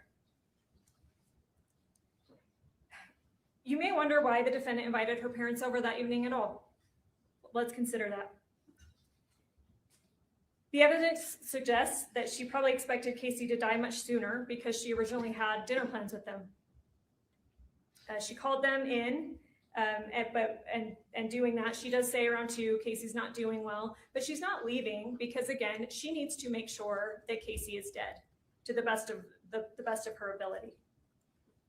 And so she calls them in to frame the situation as a spiritual release consistent with her religious beliefs. She wants Lee to give a blessing of release. Maybe she genuinely believes that will speed up the process. But it also creates plausible deniability because at this point, Kacee's been unconscious for hours. If you're murdering somebody, why on earth would you invite your parents over to the scene? It's not something that it sounds very reasonable, right? But Kacee's unconscious. Kacee can't tell them what's going on. And Meggan already knows that she's going to take steps to try to block any 911 or block any rescue. And Mark didn't know that they were there since, as always, they parked on the street and they entered the house from the back way, the back patio. So no one in the home knew that they were there. And yet the defendant still affirmatively lies to them about what happened. She tells the parents, at some point we're watching movies, we're chit-chatting. Kacee went to the bathroom. She was in there forever. I couldn't get her to come out. I banged on the door. I finally got her to come out. She was all loopy. I had to help her to the bed. I have no idea what happened. She must have taken something. She later repeated that same story to the police in one of the interviews. And her account only began to change once she realized investigators had more evidence. Remember Exhibit 22. This is a recorded call where Meggan says, maybe she needs to say that she knew what Kacee was doing and didn't help her. This shows, consistent with obstructing justice, which I'll get to in a second, Meggan's story is shifting based on the audience that she's talking to and her perceived evidence, what she knows that the police have against her at that point. And at this time, best case scenario for her, because she knows the police had the texts, she knows some different things. Well, best case is that I knew that Kacee was committing suicide and I didn't do anything to help her. But Lee testified that the family did not even learn the full scope of the evidence until shortly before this trial. Lee said that I think up until 2 weeks before this trial, what they believed was still the bathroom story, that Kacee must have taken something, Meggan had no idea what, and she just helped her to bed. Let's talk about EMS and how Meggan blocked that. Defendant left the residence before EMS arrived, providing them no information that could have assisted quicker treatment of Kacee. And the defense attorney, Mr. Williams, brought this up, that this was because Kylie had just angrily, she used choice words, she swore at her, she said, I'm gonna ruin you, she accused her of murder. And then he introduced this idea of panic, that if you're in a panic, you're not behaving rationally, you're doing things that you normally maybe wouldn't, or that you know that you shouldn't do. But what does she do? Sure, fine, that could explain her leaving the home, but she doesn't leave the scene. Lee and Renee testified that they got in the car, drove a little bit up the street, and watched for about 20 to 30 minutes to see what would happen because Meggan was so concerned about Kacee at that point. If she were truly concerned, she could have approached EMS without anyone in the house, without Kylie, Mark, anyone knowing that she was still there. She could have approached EMS outside and given critical medical information that could have allowed them to treat Kacee earlier, to know what was going on with Kacee earlier, but she didn't. DeSalvo said that with a blood sugar as low as 14, minutes matter in saving. And yet Meggan affirmatively chose not to give EMS information. I'm going to very briefly address the investigation because we heard a lot about it in trial, and I'm guessing that Mr. Williams is going to spend some time on it in his closing. Was the investigation perfect here? No. In hindsight, could some things be done differently? Yeah. Is that probably true of every investigation? Yes. Let's remember how this case began. It was dispatched as a medical call. By the time law enforcement understood that they were dealing with either suicide or foul play, the scene had already been disturbed. The patient was still alive, EMS was down there, things were being disturbed, and even the defense's own expert, he seemed to think that's reasonable. Yes, obviously you deal with a patient that's alive before you start preserving the scene. Detective Farney testified that she followed the evidence where it led, and she did collect some critical physical evidence. There was a syringe found on the bedroom floor that, granted, EMS had moved to the side table because it's a syringe and they're, working on Kacee. It's a small space. They don't want to step on a syringe, so they did move it. Although it wasn't found until a few days later, there's an insulin vial found in the outside patio trash, wrapped in a rag, and then hidden inside a soda box, missing approximately 100 units. Let's talk about that vial, because it was tested. It was collected and tested, and granted, it wasn't found until a few days later when Mark went to empty the trash, and had he not stepped down on that soda box to compact it, to throw it away, probably never would have been found. But he did find it, and he called Farney, and she told him, take it out, set it up, and whatever you think of whether this was a smart idea, let's think about what we know about that. Mark took out the items, set them up, and it was photographed, and he sent it to Farney. So for sure, we know that vial was handled at least twice, even in the home. We know that someone wrapped it in a towel, put it in the soda box, put it in the outside trash. We know that Mark, a few days later, found it, took it out, set it out for a picture to be taken. And then I think he testified that Farney told him to put it in a bag so she could collect it later. So it's handled by people, it's being moved. And yet testing revealed no detectable prints or DNA on that vial. This matters because it shows something pretty simple. People can handle objects and still leave no forensic trace. There may be many possible reasons for that. Prints may not have been deposited. They may have been wiped away. Or an item may have been handled by someone who might have reason to be wearing gloves. Might that be a nurse?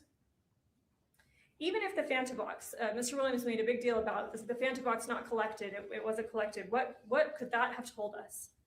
Well, let's assume it was. Let's assume that we even find prints on it. It could have contained multiple innocent prints. Kacee's, it's her drinks, that's what she drank. Her prints are probably on the box. Mark's may have been there. The Smith's checkout clerk fingerprints may have been there. Perhaps even the defendant from ordinary contact inside the home. Maybe she grabbed a Fanta for Kacee and touched the box. Does that tell us, does that answer anything really, truly significant about the case?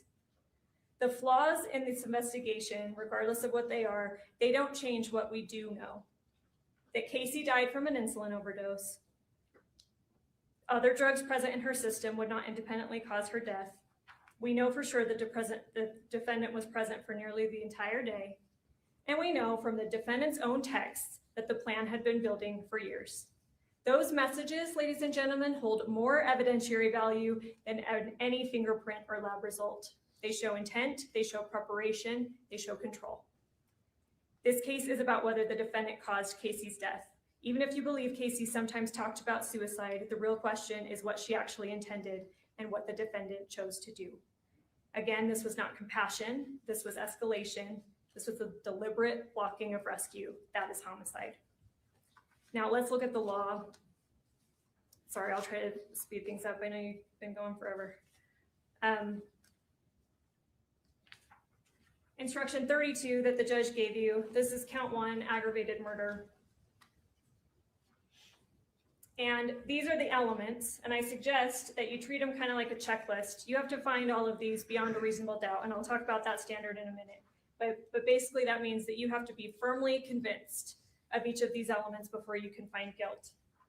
So treat it like a checklist. The defendant, Meggan Sundwall. We know this is Meggan Sundwall. Multiple people identified her on the stand. We know that the person that we have is the right Meggan Sundwall. This is Meggan Sundwall.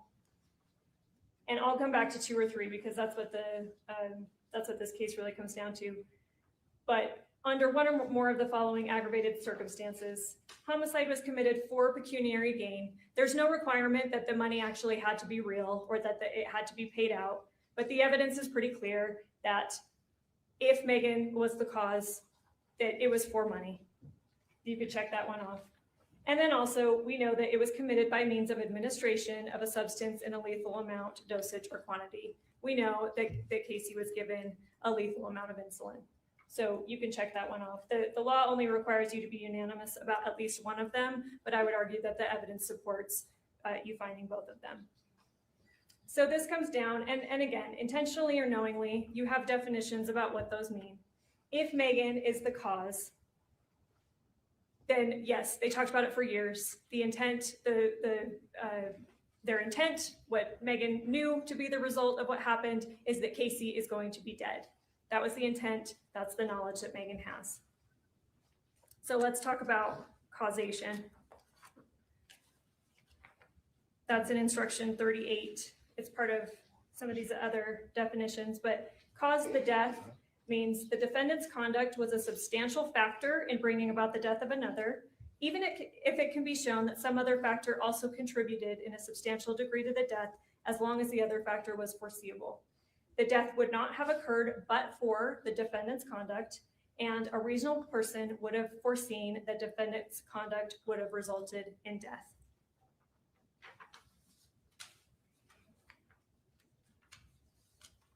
The defendant acted, Kacee died, the defendant caused that death.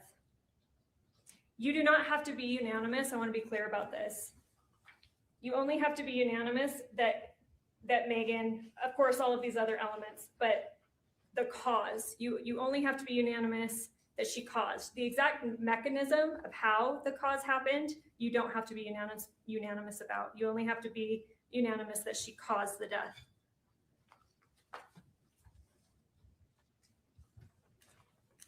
She could have been a substantial factor if the death is foreseeable. It does not require her to be the sole cause. You do not have to agree on every mechanism of how she caused it. I want to talk about manslaughter, which is the lesser included that is an option for you here, and that's in instruction 33. Sorry, let me get my papers together.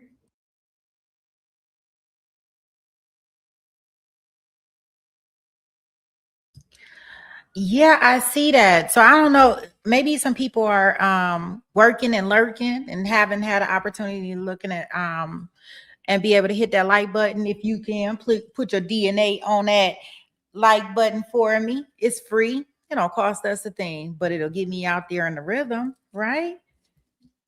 We sure do appreciate it while we listening to this long closing statement for our girl Meggan with 2 G's in regards to the redrum of Kacee with 2 E's. Did she do this? Did she help her? Now, yeah, I think she was a very bad friend.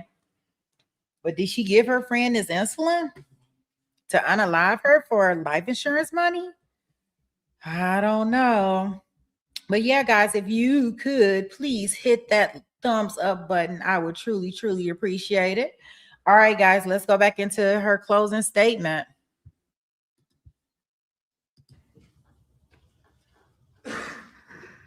And this one here is the aiding suicide. Here, again, you have to be beyond a reasonable doubt firmly convinced of every one of these elements for you to find this. And again, treat it like a checklist if you want. Again, we know Meggan Sundwall. But here, with knowledge that another individual intended to commit suicide or attempt suicide, intentionally aided the individual to commit suicide. I want to hit the aiding really fast. You have that in your definitions. The same, I believe it's 38. Aiding means the act of providing the physical means. Providing there, in turn, you look at providing means to administer, prescribe, distribute, or dispense. I would argue that aiding here, it could mean that she went and grabbed a vial of insulin from the fridge, brought it to Kacee. It could mean that she drew up a vial or a syringe herself, handed it to Kacee. It could mean that she gave the injection herself. Aiding could mean any of those because she's providing the physical means into Kacee's body. But this one, number 2, with knowledge that another individual intended to commit suicide or attempt to commit suicide, I would argue to you that the evidence does not support that. Look over those messages. And certainly, I want to be clear.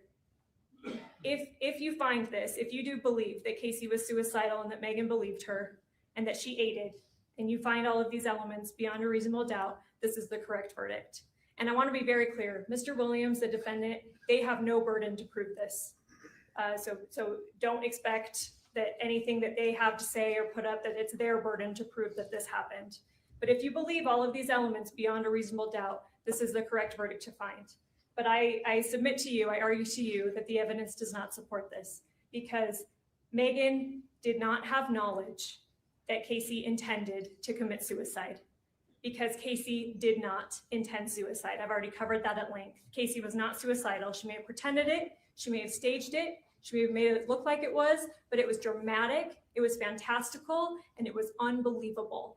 And this here, right here, requires Meggan to have knowledge that Kacee had that intent. When you review all the text messages, I argue to you that there's no way that Kacee or that Meggan would have known that Kacee actually intended suicide.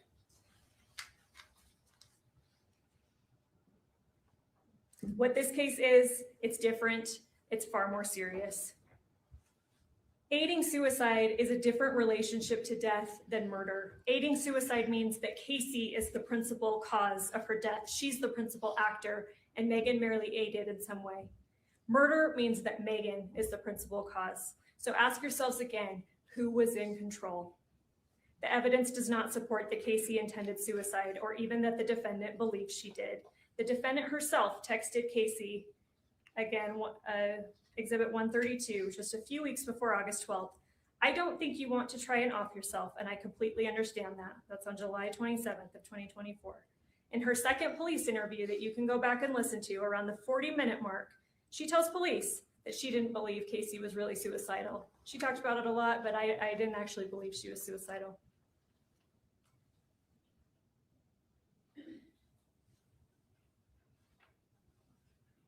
Consider the physical evidence. So a bunch of syringes were found, but I'm going to talk about the 2 primary ones. The one on the floor that EMS moved to the table, and then the one found in the Fanta box days later outside. We heard from FBI scientist Chad Moore. And to be fair, Mr. Williams pressed him on this, and he did say that there are certain things that could degrade insulin or change its properties, its chemical structure. But he testified he saw no protein remnants or degradation products he would expect to see if insulin had ever been in those syringes. Even after cross-examination, he maintained that he would still expect to see some trace. Ladies and gentlemen, the evidence supports a simple conclusion. Those syringes never contained insulin. Even if the other syringes in the house, we know that Mark ended up finding one in the closet after he had to pull up the carpet after the flood. Why would that be there? If Kacee is suicidal, or we heard evidence of other syringes found in Kyle's room in a desk, in another room down in the basement. If Kacee's suicidal, why would she use her last moments or time of consciousness to go hide the mechanism that she's using to kill herself? Why would she do that? Why would she hide a vial of insulin? Why would she wrap it in a rag, put it in a soda box, put it in the outside patio trash that really only she used, expecting no one else to find it? Why would she do that if she's suicidal? Why would she care? Even if she were trying to maintain the life insurance story, that still makes no sense because guess what? She already told the defendant that the policy covered suicide. Exhibit 153. Back in 2023, Kacee says, my life insurance does cover suicide because when I signed up for it, it said I had to go at least 2 years without doing that, but it would be covered after that. So someone controlled that evidence. Someone hid or removed the syringes that were actually used, that actually contained insulin. Someone wrapped that vial, punctured 13 times, suggesting multiple doses given, in a rag and placed it in a box in the outside trash. If Kacee intended suicide, again, I maintain there would be no reason to hide the instrument. but someone committing murder would have reason. Kacee's stories were fantastical. Her lies were obvious. The defendant, a trained nurse, could see that. Kacee was desperate for attention, particularly from the defendant. Kacee was seeking reassurance, probably even someone to stop her, to tell her life mattered. Instead, the defendant pushed. Obstructing justice, I'll cover quickly. It's instruction 34. We know that Meggan deleted texts. Agent Sightsinger talked about that. They're not routinely deleted. Her phone's not set to that. They're about insulin, they're about life insurance, they're about suicide. And he said that one of the messages, and you'll see that exhibit, it has a heart being removed off one of the messages, and it tells you the date that happened. It's August 17th, 2024, one day after Meggan's first police interview, when she agreed to provide her phone, but said that she needed to wait a few days to do that. Why? Because she's deleting evidence. Obstruction can also be based on lying to police. And again, we see that, and you'll hear it. She told them originally in her first interview, I have no idea what happened. It's the bathroom story that she told her parents. I have no idea what happened. She went to the bathroom. I have no clue. And then she makes that call. I think I need to say that I knew what Kacee was doing and I didn't help her. So obviously she lied to the police. You have to be unanimous. Again, that's one of those ones that you have a special findings form. You have to be unanimous at least 2-1. You have to agree on at least one, but the evidence supports both.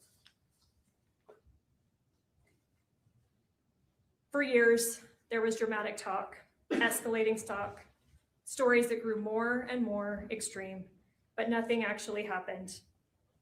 Kacee never did anything, nothing irreversible, until Meggan stepped in. This wasn't chaos, it was structured, it was directed, it was controlled. This was betrayal of Meggan's specialized knowledge and human trust as a friend. Meggan Sundwall did not just idly watch as Kacee declined, she actively controlled whether Kacee lived or died. Meggan Sundwall caused the death of Kacee Terry with a lethal amount of insulin, and she did it for the money. We ask that you convict of aggravated murder. Thank you.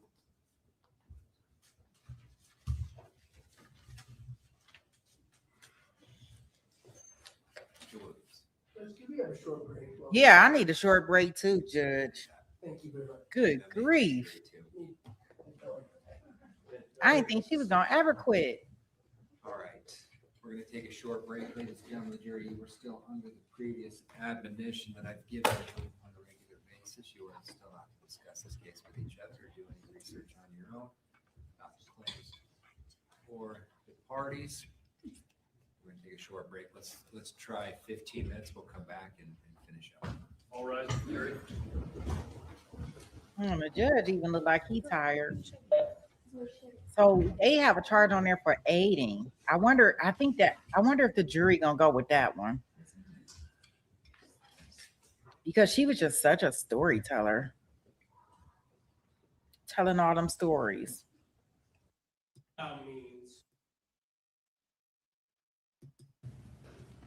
And it's proof. Our system requires proof, not just a good. Go back on the record on case 251-401-132, State of Utah versus Meggan Sundwall.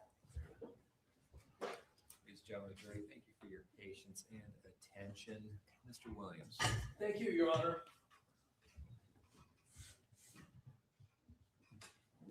I have started this trial talking about principles. The bedrock principles of our country, the bedrock principles of this trial, the bedrock principles of what this trial means versus what one might think, what one might look like, what stringing together cherry-picked text out of tens of thousands could be told in the way of a story by a really skilled lawyer using words. A reality TV show, of course, it's not Nancy Drew. This is, can it be proven here under the rules? of this courtroom. And what that means under beyond a reasonable doubt is any real possibility that's in the definition that Meggan Sundwall is not guilty. And it's proof. Our system requires proof, not just a good stringing together of suspicious looking things, suspicious looking words. You heard Detective Farney acknowledge that while we have these jury-picked texts from all these years, this was constant. This was not Meggan pushing buttons. This was quite the contrary. The notion of control is very interesting that Ms. Hunt brought up. I submit to you what you saw and what this dynamic and what you understood from Dr. Hancock is a control stream that goes the other way. The maladaptive behaviors of Kacee Terry are quintessentially designed to control the other parties. And we'll get to some of that in a minute. I'm not going to lecture. You took an oath. It is absolutely, I am certain that you held it throughout the trial, that you paid obvious and close attention.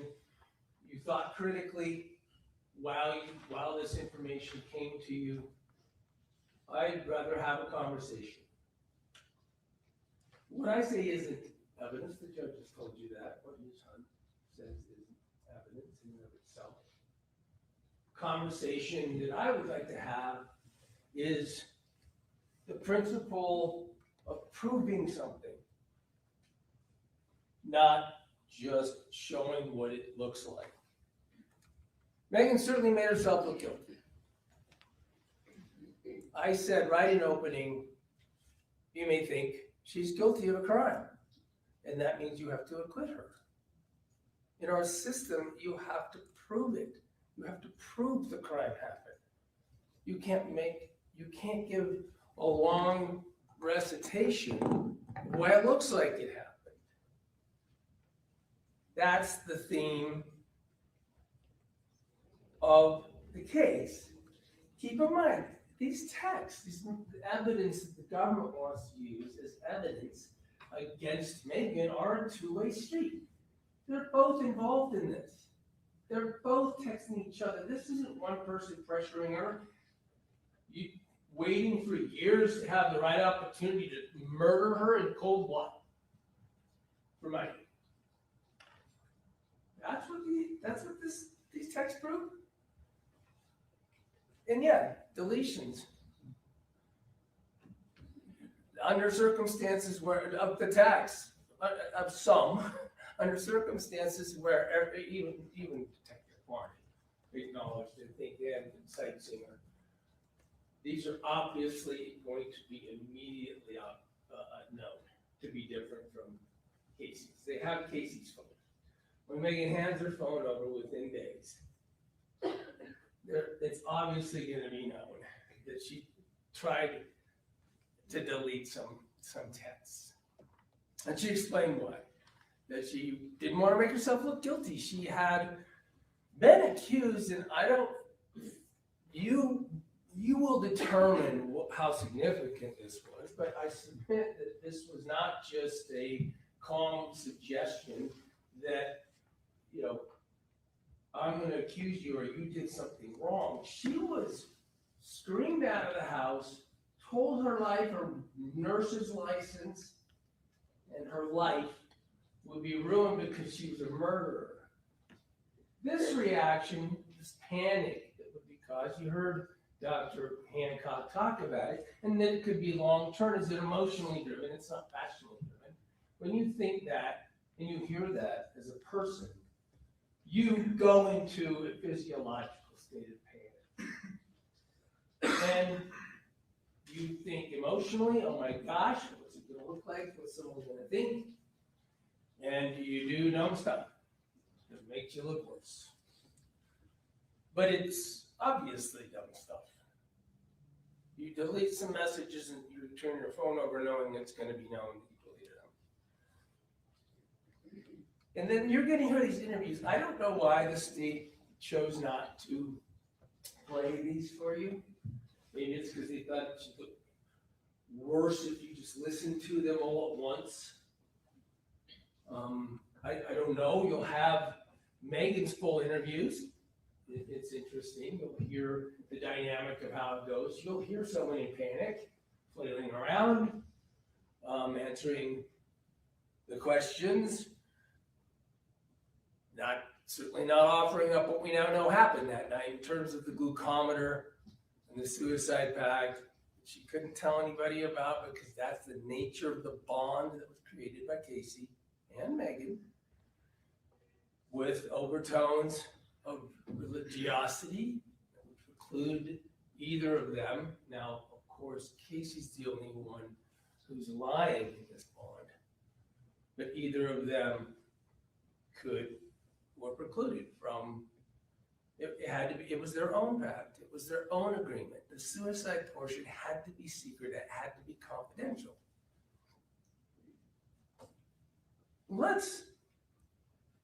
But I won't dwell on that. You heard from Dr. Hancock, and I suppose it may be true that we could all listen to him all day, and I think our lives would probably go better if we did. But let's focus on the words that matter in the court, the words that matter in the trial. What you will hear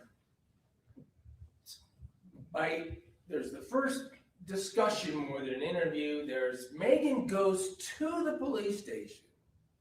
She's so upset still and believing in this bond, in this circumstance, that she's upset that she doesn't have what Kacee told her she'd get, letters to her, personal items. She's still in the mindset that she is due these things from Kacee. She goes to the police station and asks the questions. And she talks about, look, I'm really freaked out about these accusations. The nursing license matters. And what's going on? I do some of these things and they're accusing me and kicking me out of the house. She can't stick around. She's kicked out of the house. You heard about it. I'm going to call the police. You're trespass. And by the way, they have her number. The police have her number immediately that night. You haven't heard that they bothered to go talk to her. They bothered to just even talk to her for days.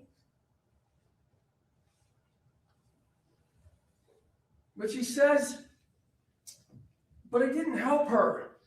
I didn't do anything. This trial is entirely about proof that Meggan Sundwall did something.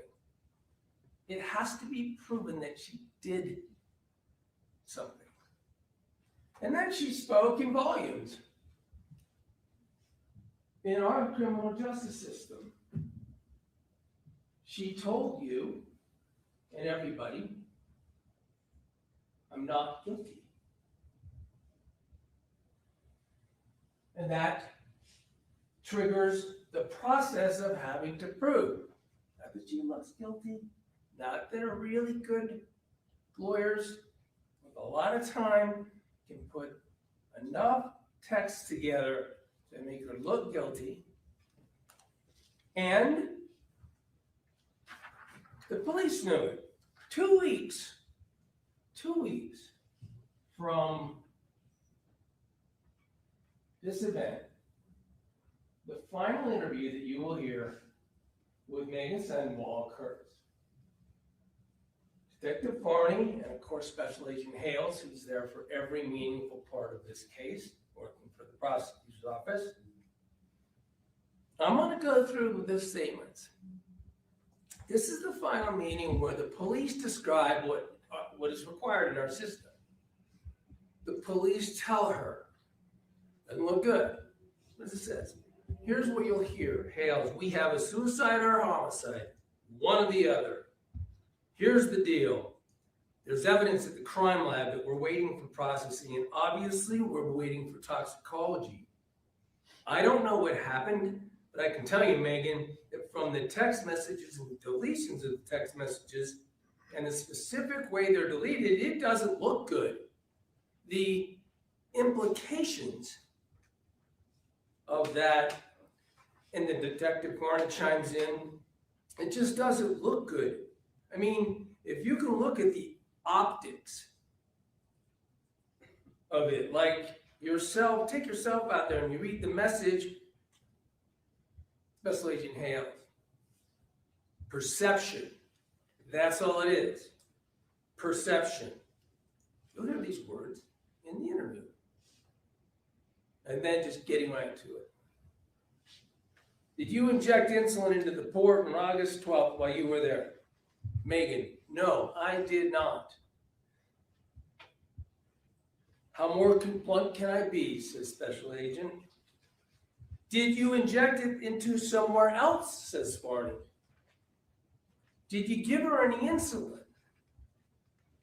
I did not give her any.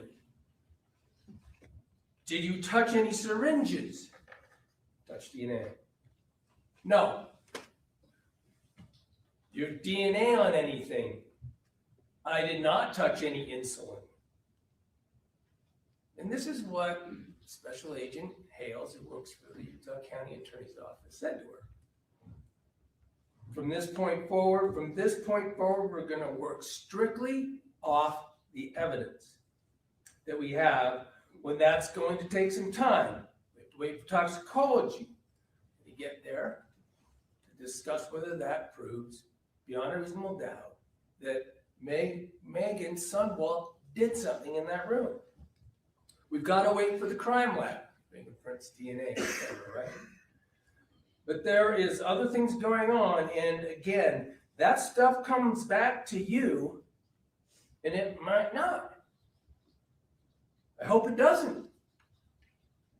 For your sake, I hope it doesn't. The next days are going to be waiting for evidence. They are confronting her about not looking good because of the texts, because of the nature of them, because of the words in them, because of the actions of deleting words. The next days are going to be waiting for evidence. And if we can prove through evidence that you did, like DNA, fingerprints, toxicology, we'll see. It's not there, then our charge won't happen. So that goes back to the very blunt question I asked you, and you said no, and that's great. But if there's evidence, again, evidence to prove otherwise, we have a problem, he says. And if there's not, I will ride off into the sunset. There really couldn't be probably a better dissertation than by Special Agent Hales of an acknowledgement of as bad as it looks, and as much as can be strung together to make you look bad, including your action thing. To go to court, we need evidence and we need proof. And you know where I'm going with that. You saw it in the trial. Frankly, as we're going to turn to a minute, the police and the government ran from the evidence. They ran from the kind of evidence that they need to prove in a court of law that she did it. She did something in the room. You have to understand, of course, this relationship, even to understand the words. The government's case is based on words. A pile of texts. And this notion of control, I submit to you, think about, you saw the trial and you see the evidence. Who's in control? And we'll talk about the 12. The evidence is Kacee controlling a relationship, controlling what goes into the conversation, hiding it from others, splitting. You heard about that because, for instance, Meggan has to feel that Kacee is miserable, feel that she's dying, just exhaustively get Meggan to feel that. The control is on, according to Dr. Hancock. The control comes from Kacee. Is it a relationship between the two? Yeah, there's back and forth, of course. Because as Dr. Hancock described, it works. And people who are like Kacee get good at it. This is a psychological truth studied. The information from Dr. Hancock is evidence.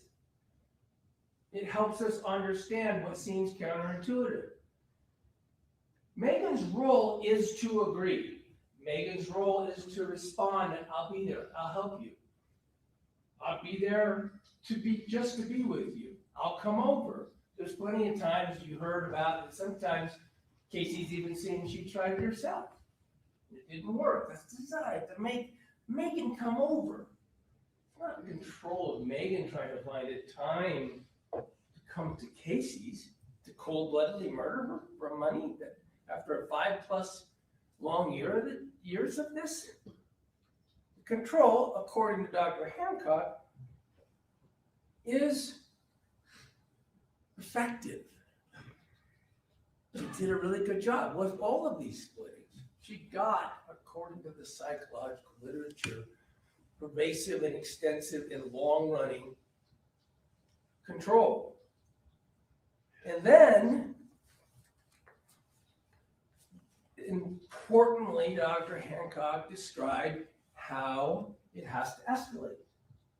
The control feature for maladaptive behaviors like exhibited by Kacee Terry have to keep escalating because you have to keep getting more and different and more intense feedback. It's like a drug. And it's got to be believed. And it's not Meggan's role in this relationship to question, regardless of vitals, regardless of dumb doctor statements, regardless of things that clearly don't seem true. Her bond, her promise under this relationship and role is to unquestioningly respond and stay in it. That is what Dr. Hancock let us know about the direction of control. And the features that are used in this relationship are both ways, right? She gains Meggan as that kind of provider of the need that maladaptive behavior is about. She keeps it private. She maintains it in a way that Meggan shouldn't share any of this. The religiosity component from the very, very start is probably the most important, right? Because what we're doing is wrong. We can't share this. Don't tell anybody. Of course, because if you talked about suicide with any of Meggan's or Kacee's other friends or family, they'd intervene. And it would crush the relationship. That'd be it. She wouldn't have this attachment. It's singular. It's singular. She doesn't do this with other people. This is its own host. Its own source of, and let's face it, Dr. Hancock was very honest.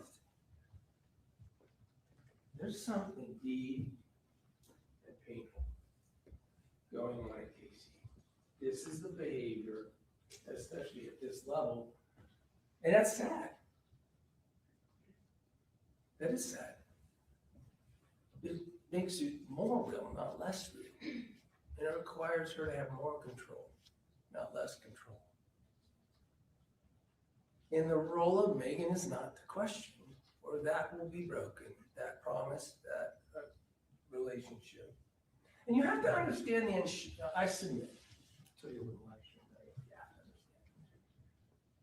What about the insurance policy discussions and the things you've seen and heard about? That should, I submit, be considered in light of the same thing. It's still part of it. It's all a lie. It's fake. And maybe Meggan would think it's true over all these years, or she doesn't kill her in the cold blood like the state's theory is.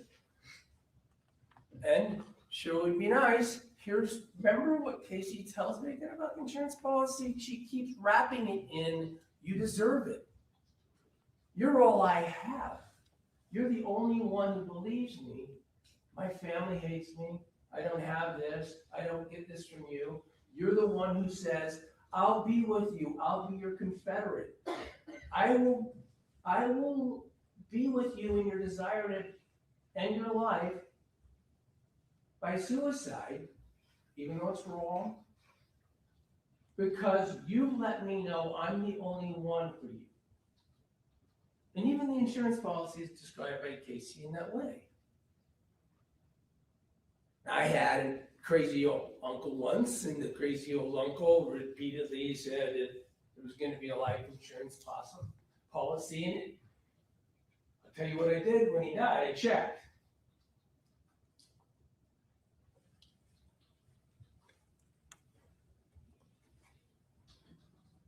He didn't, by the way. So I went to law school. But let's now talk about this problem that the government and the police run from. This fundamental principle in our courtroom, to your deliberations, they literally run from it or somehow spin it back into a story of words. They don't care about the evidence. This arrest was made before all these things that I just read to you, and you're going to hear from Special Agent Hale. All those things I just read to you are said 2 weeks after this event, and the arrest of Meggan Sundwall 8 months after the events in question. They haven't even gotten all those results back. They don't care. Contemplate a trial in a court of law, not Perry Mason. Contemplate what is being requested of you by the government, by the system, and by the court. A murder where the medical examiner says it's undetermined. They literally have to prove their case around that conclusion. They hold up a pointer. Aha, have you seen all these tests? They know full well if they give him over 200 pages of a report that is all about words, he's not going to change his mind.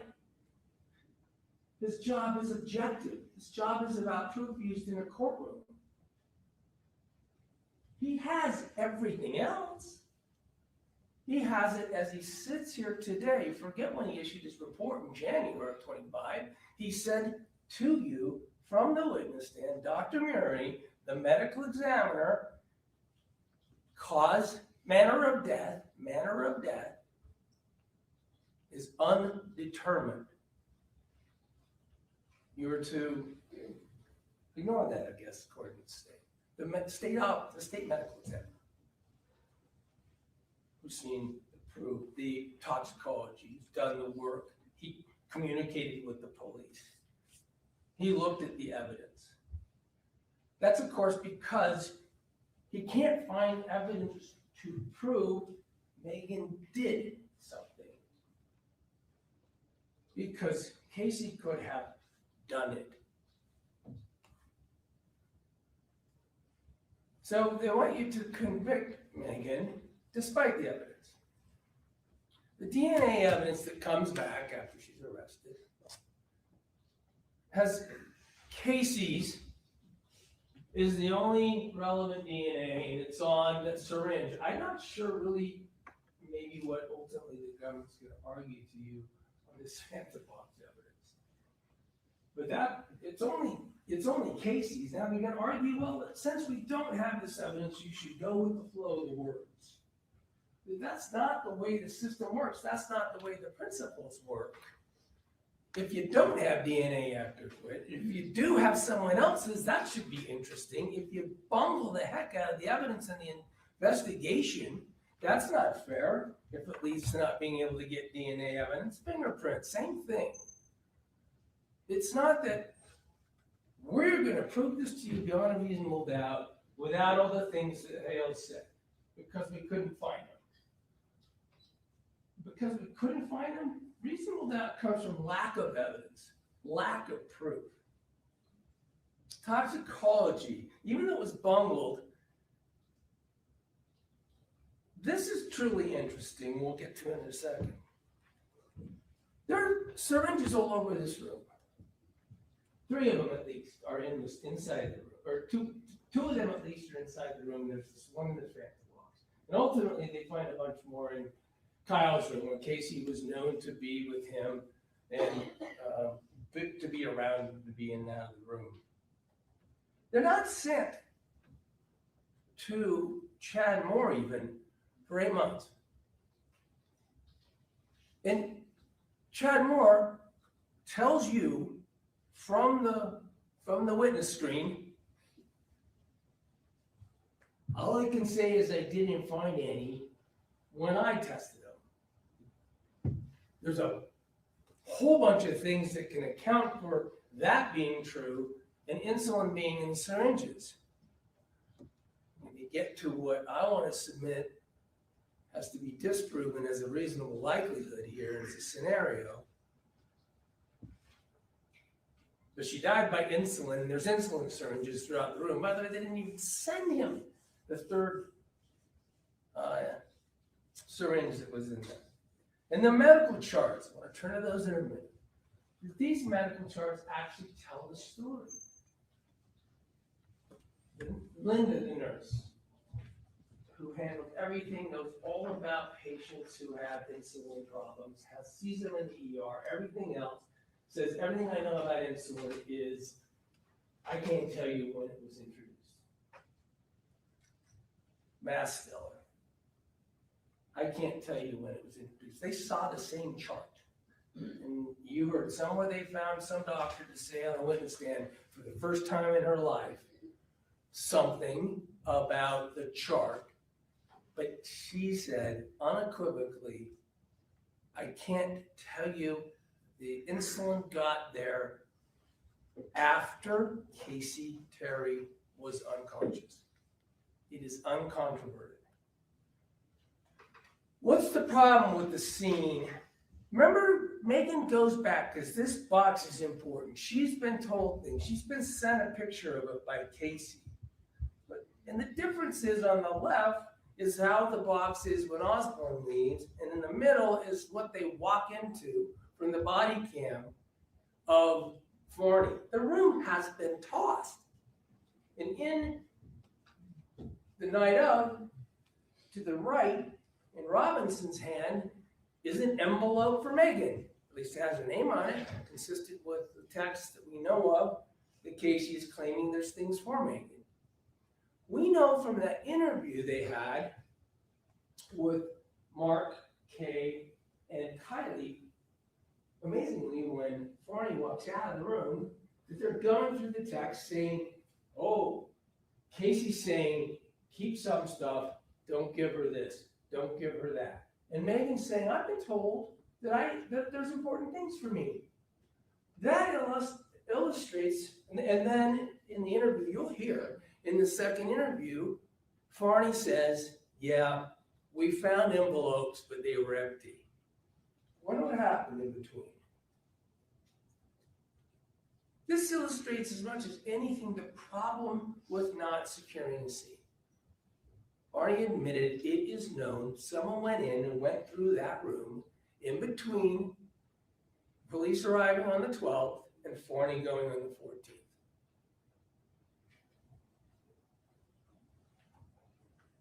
Provide reasons to be concerned and provide reasons to doubt. Again, I talked about the syringes, but think about it. We've got the Fanta box stuff, and it's just not fair. And when I say not fair, I mean not fair to Meggan the accused, but I mean as much not fair to you. It's just not fair to you as a jury for the government to put this decision with these principles in your hand and have the agents of the government just completely bungle the potential that it would exonerate Meggan or not support their theory against Meggan. That's why a good investigation is necessary. It's about fairness. You're going to let the government come in and say, "Eh, nothing was found, so we win." That's not how it works. It's astonishing. Astonishing. I think it would be astonishing to you, as just all of us as civilians, that you can hear that evidence of a vial, syringe packaging, or vial packaging and everything else is found in a phone call from Mark. You say, toss it in a Ziploc. So, photograph it, toss it in a Ziploc bag. You obliterate the value of that. That's a burden of proof problem, and quite interesting, huh? We've got 3 syringes in the end, one in a Fanta box with Kacee's DNA on it. And then these 4, they're sent a year later, more than a year later, to the lab. The 3rd one that Mark found in the room after being kicked around, obviously missed by both the first officers and in a hardcore search that Detective Farney says she did, is never processed for any evidence. Never DNA, never fingerprints, never sent for analysis as to insulin. If you don't do these things, it's convenient. That's why we have the burden of proof. Aptitudes, troubleshoot. So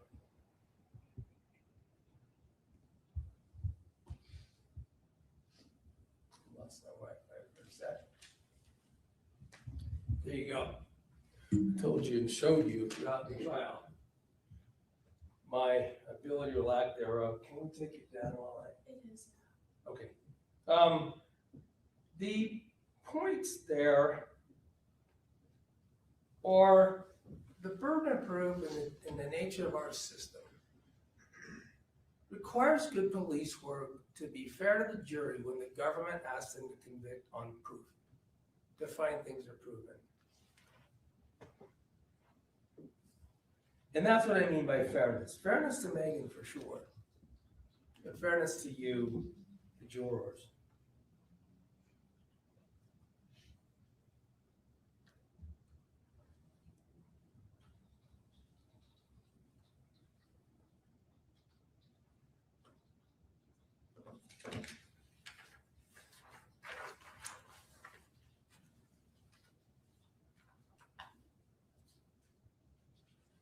Again, the government had made up their mind.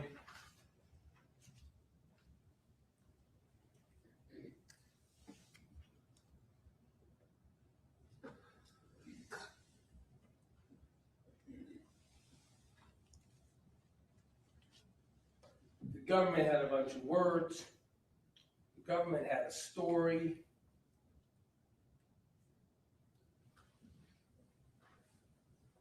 Coming from skilled lawyers who have been involved in it from the start.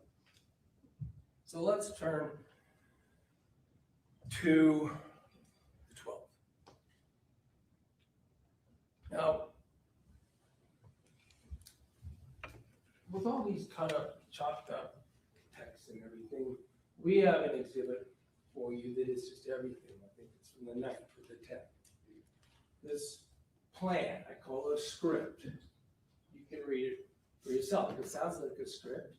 Sure, there's some changing of things. She's certainly not Kacee putting off and controlling Meggan.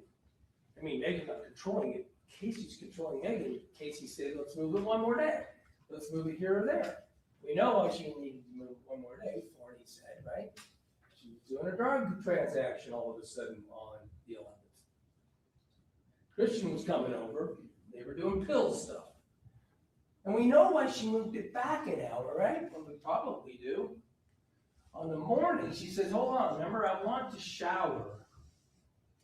So I don't have to die without a shower. What we know from sightseeing her, who didn't bother to be asked any of this important investigative abilities of phones, is she's moving around. Sure, she's telling Mark, acting happy, acting like everything's fine, so he stays up in his room all day. She is controlling everything. She puts it off an hour. Literally, Meggan, you'll see from the script, Meggan is saying, well, I'll stay at Target then. The night before, Kacee went to the store. Kacee bought, among other things, carbohydrates and sugar.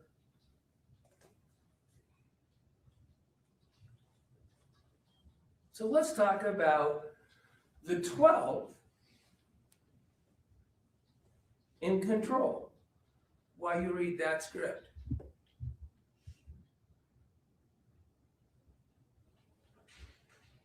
First of all, let's put one thing to bed. The DNR is an absolute red herring. It is a nothing. It is a shiny object the prosecutor wants to keep coming back to. The very best example of that is from Dr. Masteller, a powerful point in this trial when asked a doctor if your best friend told you she had a DNR, would you believe her? And he twisted and he struggled and he said, I'd probably believe it. You don't have to have someone who has a DNR to go into this agreement. My best friend and I can have this agreement. It's only illegal if I do something that causes my best friend to die. We know from the history, there's no question that there were probably that Meggan was shown or not shown or told or not told by an astonishingly capable liar about a DNR and references to DNR, but it doesn't matter. She is DNR. She, in this relationship, the bond and the agreement is not to save, not to interrupt a suicide. It's the word suicide. It's right to the script.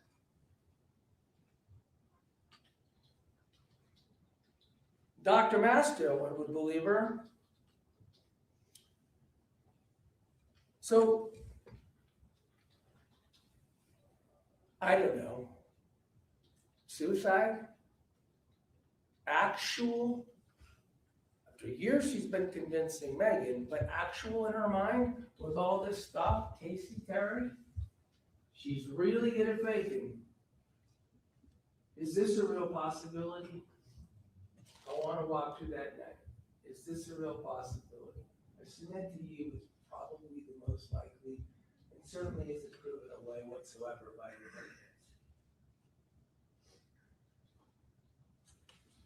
the evidence. Cases involved in a cause of suicide. Those involve people trying to be very, very convincing. We already know that feature of Kacee. These are people that have to up the ante.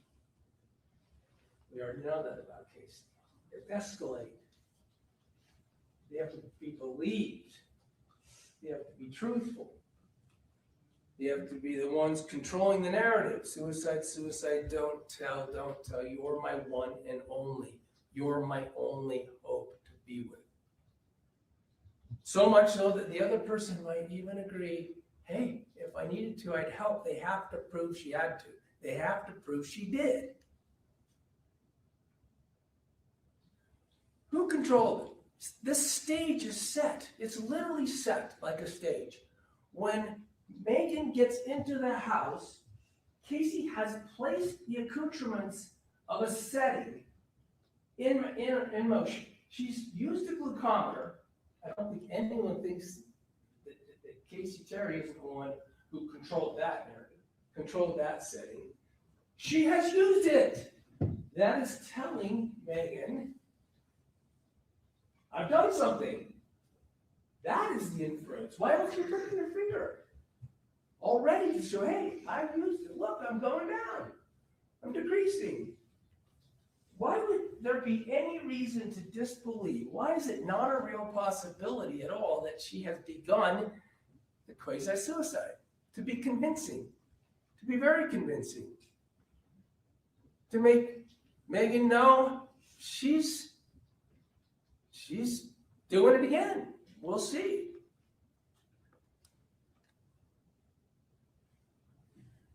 The night before, she texts, "I'm preloading the syringes." She searches, "Can I inject insulin? Can I inject saline?" Yeah. She's setting up a series of syringes to present as if they're full of insulin, but to be diluted with saline, to try to drive blood sugar levels convincingly, but not all the way. To use a different insulins. She's the one who knows this. Why isn't that not a real possibility? It's what it looks like. Can I inject saline? Insulin is available everywhere. Talks about, you've seen this at the searches. There's syringes in the room. She's not diabetic.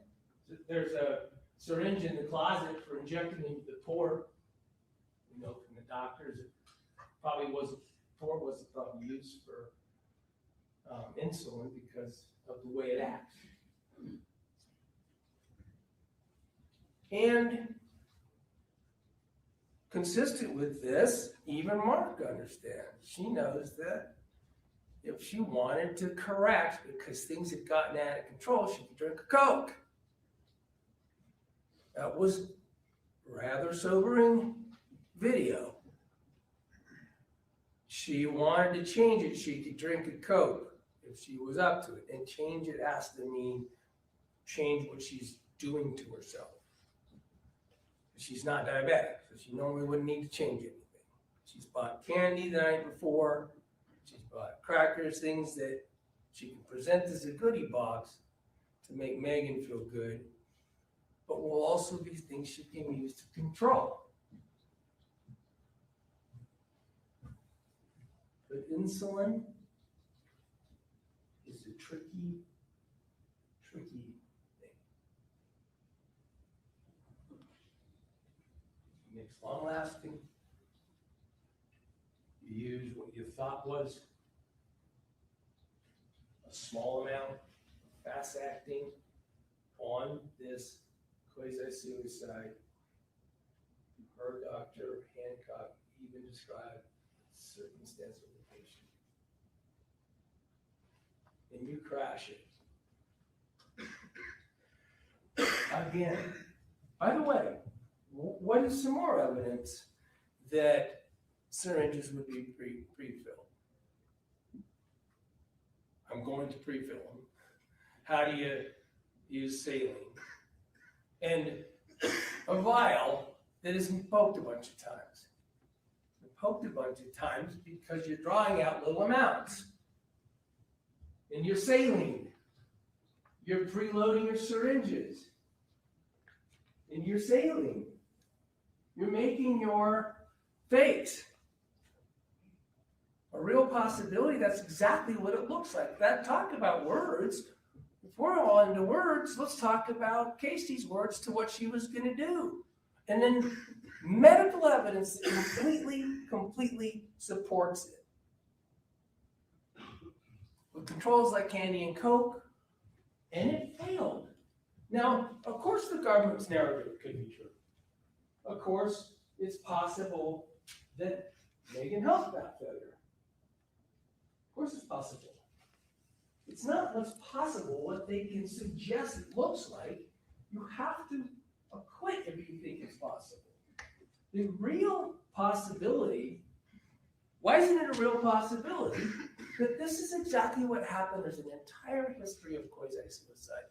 Quasi-suicide talk. This is the classic example of a quasi-suicide presenter. This is the classic personality trait. This is the classic history. This is the upping the ante. This is the accelerating, et cetera, but it's not a real possibility. And it works. And Meggan learns how it works because she's not waking up. Now, why does the cold-blooded murderer have to go over there and start checking out what a glucometer reading means? Meggan's searching up the glucometer. What does the reading mean? How low does it go? That's absolutely somebody who is trying to see if this is a trajectory that will be final. Not because she did it, because it's part of the theater that was set up. It makes complete sense. And eventually says, hey, Mom. The cold-blooded murderer says, hey, Mom, come on over. Hey, Dad, come on over. We have years and years of planning on having you be spiritually involved in this. When they do, and the government somehow is suggesting she uses her parents as tools to prevent assistance.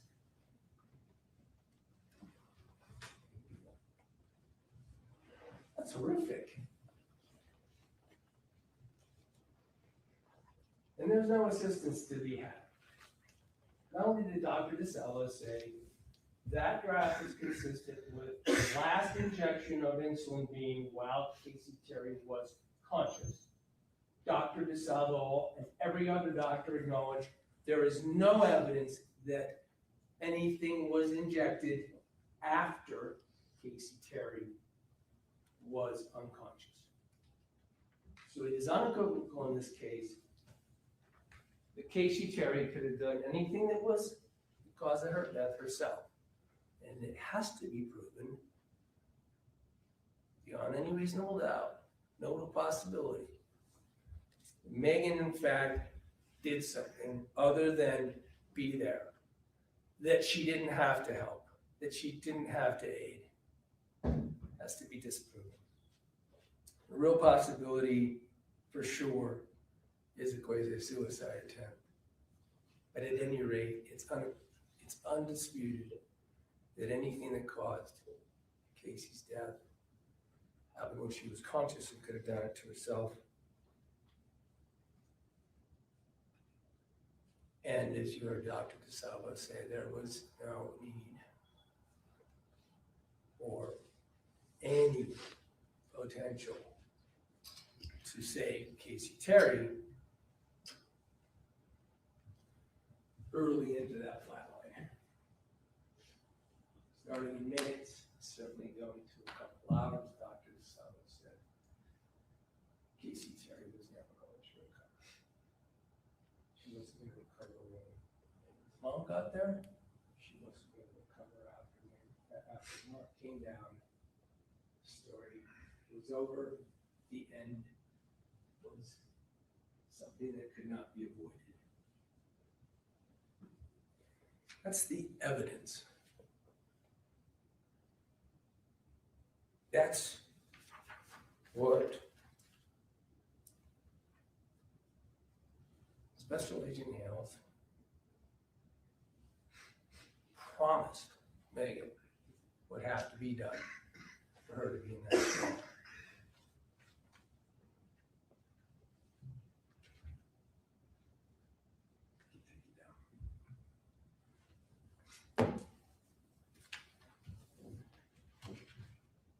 I don't know if that's sounded like a lecture, but I promise not to give you a before. But that's conversation that how principles apply. The incredible importance of those principles in the SOAR, which I fully believe you apply trial. Did not prove it was not guilty. You have to have a fair shot, full investigation, and not a string of words and text that make you look at.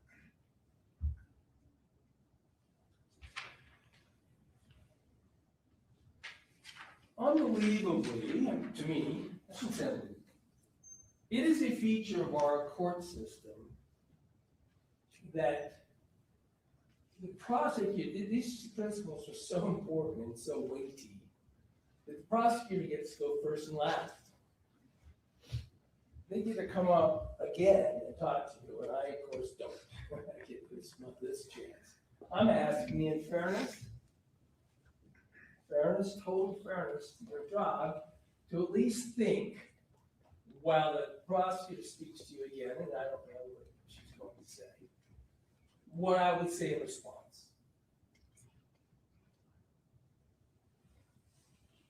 And the principles that we're talking about, including instructions, this notion of unanimity, is tied up extremely tightly to proof and reasonable doubt, because while you're a jury, you are jurors. You are Meggan's peers. This is an experience, and these principles in this trial you apply as peers. You think what you would consider, is this how an investigation ought to lead to a trial for cold-blooded murder, aggravated murder, the most serious charge in our land? The way you think would be fair for your loved one, your mother or father, your cousin, your peer. And each of you have that experience. Each of you have that ability to consider individually as you discuss within and amongst yourself. Trials are long, it's been long. Sometimes this one, I'll get a lot of it, but things can happen that you might not like. I might have done something wrong. I might have done something you didn't like. I might have missed something. If you have any feelings in that regard, I'm asking you to hold me responsible, blame me. This isn't my day. This is my future. This is your peer. This is Meggan Sundwall. This case is not proven. And if it's not proven, we have to prove it. Thank you.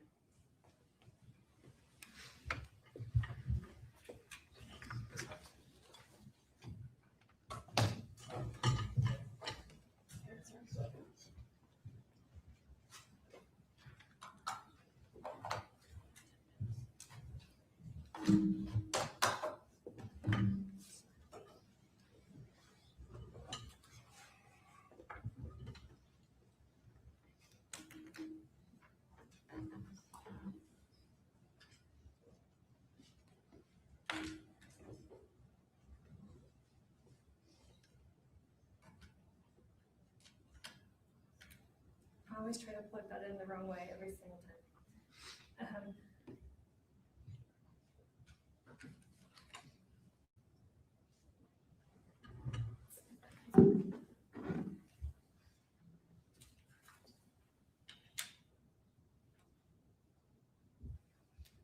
All right, Mr. Williams just said to you that based on how our system is set up, the principles, the burdens, that I get to come up twice. That's correct, because it is the state's burden. It's the state's burden to prove beyond a reasonable doubt the charges that we have against filed against Ms. Sundwall.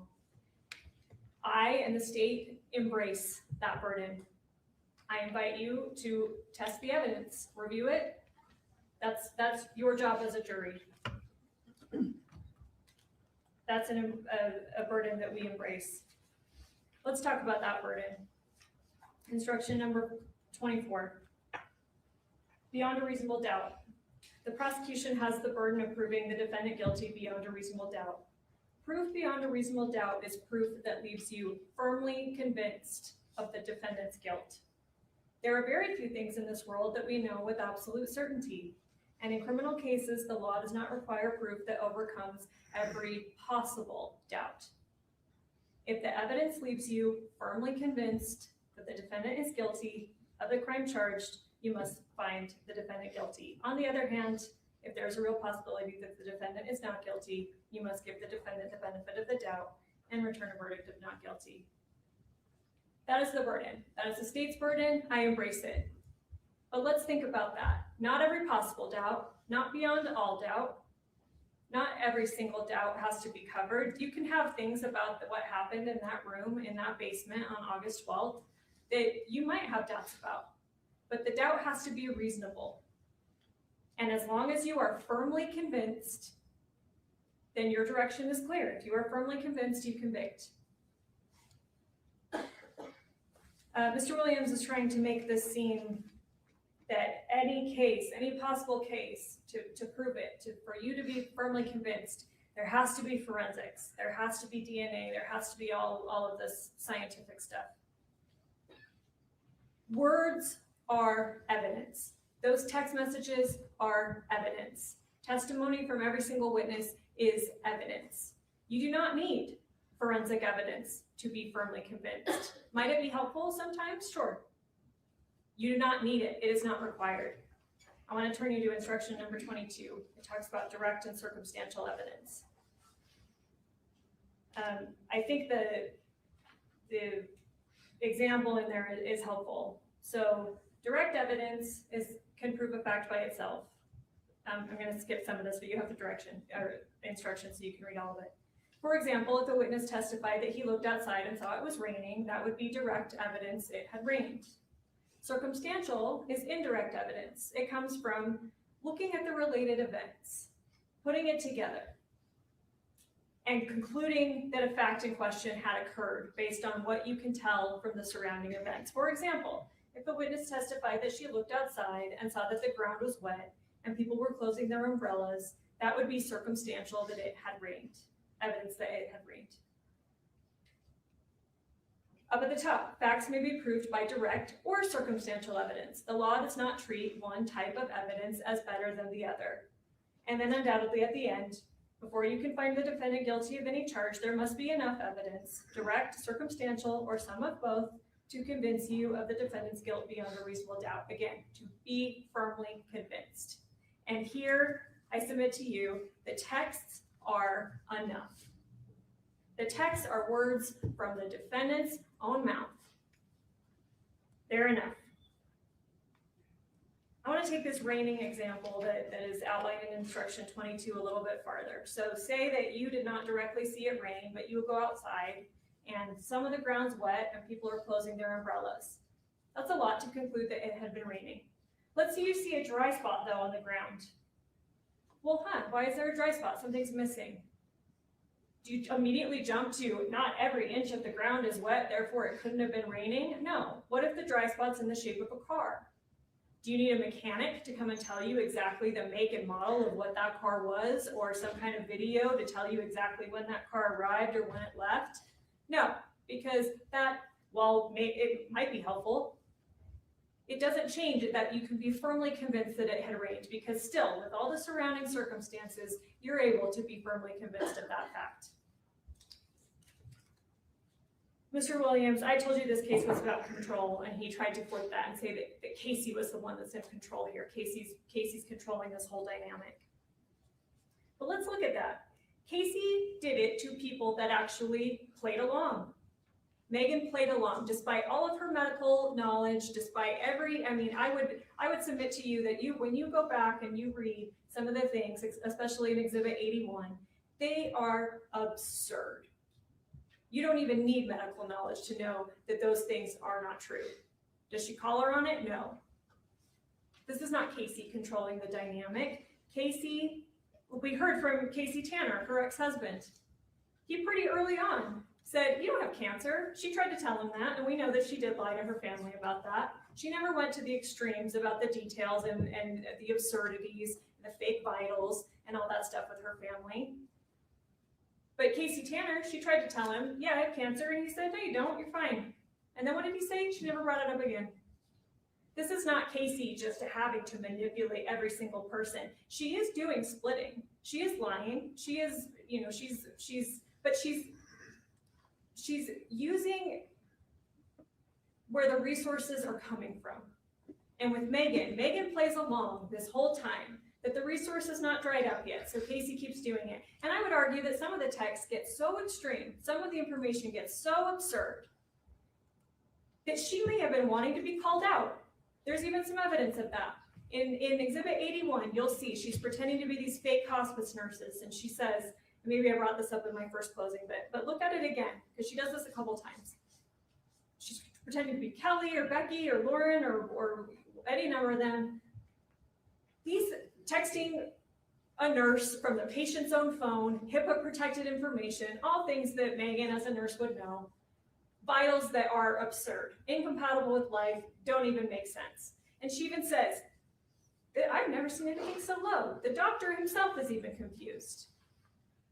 I'd submit to you that she might be a cry for help even. She's gone so extreme that she's begging Meggan to call her out at this point. Why is Meggan still going along with this? Dr. Hancock himself even talked about cries for help. Sometimes people, he used the example of slitting your wrists. If you do it this way, it's a cry for help. If you do it this way, it's more consistent with you're actually trying to die. You review the text messages. Kacee, when things get so absurd that they're patently unbelievable to anybody, not even somebody medically trained, it's a cry for help. And Meggan doesn't give her it. Meggan doesn't call her on it. Meggan continues to play along. She continues to be the source of attention and affection. Mr. Williams wants this case to be, for you to be beyond a reasonable doubt, for you to be firmly convinced, you need all these fingerprints, you need all this DNA. But we know for sure that sometimes that's not available. Like I said with the DNA, with the insulin vial, we know for sure at least 2 different people handled it. And there was no prints, there's no DNA on it. Sometimes the science, for whatever reason, it's not deposited there. Or might it be that a nurse is wearing gloves? I asked Dr. DeSalvo, when you take blood, when you test people's blood, do you wear gloves? Do your nurses wear gloves? She said, yeah, you're dealing with bodily fluids. You're dealing with potential infection. Yes, I would expect nurses to wear gloves.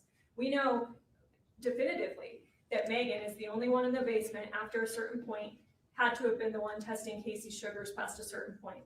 Is she wearing gloves? Is the lack of DNA maybe indicative of that? Lack of fingerprints indicative of that? If you need forensics to prove beyond a reasonable doubt anyone wearing gloves just gets away with it, anything, there's no case? No, because there's also other forms of evidence. And those text messages, I would submit to you, and it will ultimately be your determination, those are more valuable than anything DNA can tell us in this case. So again, let's step back, let's put the pieces together, and let's look at the picture. Because Mr. Williams actually brought up something that the theory, one of the state's theories seems to align with actually. We heard from Dr. Hancock. So what do we know? Kacee died from an exogenous insulin overdose. Mr. Williams said, Meggan didn't do anything. She says, I'm not Paul, I didn't do anything. And if Meggan didn't do anything, then yes, the answer is acquittal. But if Kacee is not suicidal, which you'll find the evidence does not truly support, she's making plans for life, she's buying food, she's doing all of these things, she's getting knee replacement 2 weeks before, she's doing physical therapy, you know, she's trading pills even the night before. Why is she doing that if she's planning on dying the next day? How did that insulin get into her body? The evidence gives you a logical answer, and you do not need to agree. Again, you don't need to be unanimous as a jury on every mechanical step that happened. You only need to be unanimous that the defendant caused the death. And again, I would refer you to that jury instruction on the definition of causation, because that can happen in a number of different ways. But let me give you a theory that I submit to you is consistent with all the evidence. And it's not quasi-suicidal, like Mr. Williams suggested, where people may not intend death, but they're actually using items that could bring them danger. But Dr. Hancock also explained parasuicidal, where they want it to look like it. They want it to look like they're maybe attempting suicide, but they do not intend to die, and they're not going to introduce actually anything dangerous. I submit to you that that's exactly what happened here. Let's look at State's Exhibit 17. So by 4 p.m., you'll see in the text messages between Meggan and Kacee that by around 4 on August 11th, it's clear. Kacee's tried to evade, Kacee's tried to delay. Meggan says, my dad can watch Porter, I can come over tomorrow. So it's clear that to Kacee that the defendant's coming over the next morning. And she knows that the defendant's intent, the whole point of the defendant coming over there is so that Kacee can end up dead. So what does Kacee do? 9:48 p.m., Exhibit 17, August 11th, Kacee searches, is it okay to give yourself a shot with saline solution? If she is planning on dying the next day, why is she Googling if it's safe to give herself saline? Mr. Williams, let's think about that. Someone planning to inject insulin does not search whether it's safe to inject saline. Mr. Williams tried to suggest that, well, maybe she's diluting the insulin with saline. Why? Insulin is a clear liquid, saline is a clear liquid. And what did we hear from Mark? Kacee is familiar with diabetes. Most of the household that she lives in is diabetic. She's been taking care of grandma who had, I forget exactly the term, but it's diabetes that is so severe that grandma swings back and forth wildly. What did Mark testify? Even 3 units too much could kill grandma. Kacee had been taking care of grandma's diabetic needs for years. Kacee knows that. You think she's gonna mess around with real insulin if she doesn't mean to die? Absolutely not. That is not reasonable. That is not a reasonable doubt. Instead, right here, Exhibit 17, is it okay to inject with saline? And then, like I pointed out, all of those other texts that you'll find in Exhibit 136, Kacee says, I'm getting everything ready. I need to start drawing up the bottles. I spent most of the night drawing up the insulin. Defendant, who is wise to Kacee's lies, doesn't let Kacee know that. Kacee believes, oh, I'm still getting her for some reason. I'm telling her the most insane stuff she's probably ever heard of, and for some reason she's still believing me. The defendant says, you don't have to draw it all up yourself. I would help you. But later, Kacee says, and again, you'll find this in Exhibit 136, Kacee says, I have everything ready. The evidence shows that Kacee is still performing, but she's not doing quasi-suicidal. She's not gonna mess around with real insulin. Again, even units too much could kill grandma. Why would she put real insulin in those syringes when she's asking, is it okay to use saline? She fills up those syringes with saline. She's still performing. And even still, she's still delaying. You'll find in the text thread, she's saying, oh, it's Kylie's birthday, there's transportation issues, maybe I should come to your house, my grandpa needs the car, but she's still trying to put this off. If she was truly intending suicide, there's no need to stall.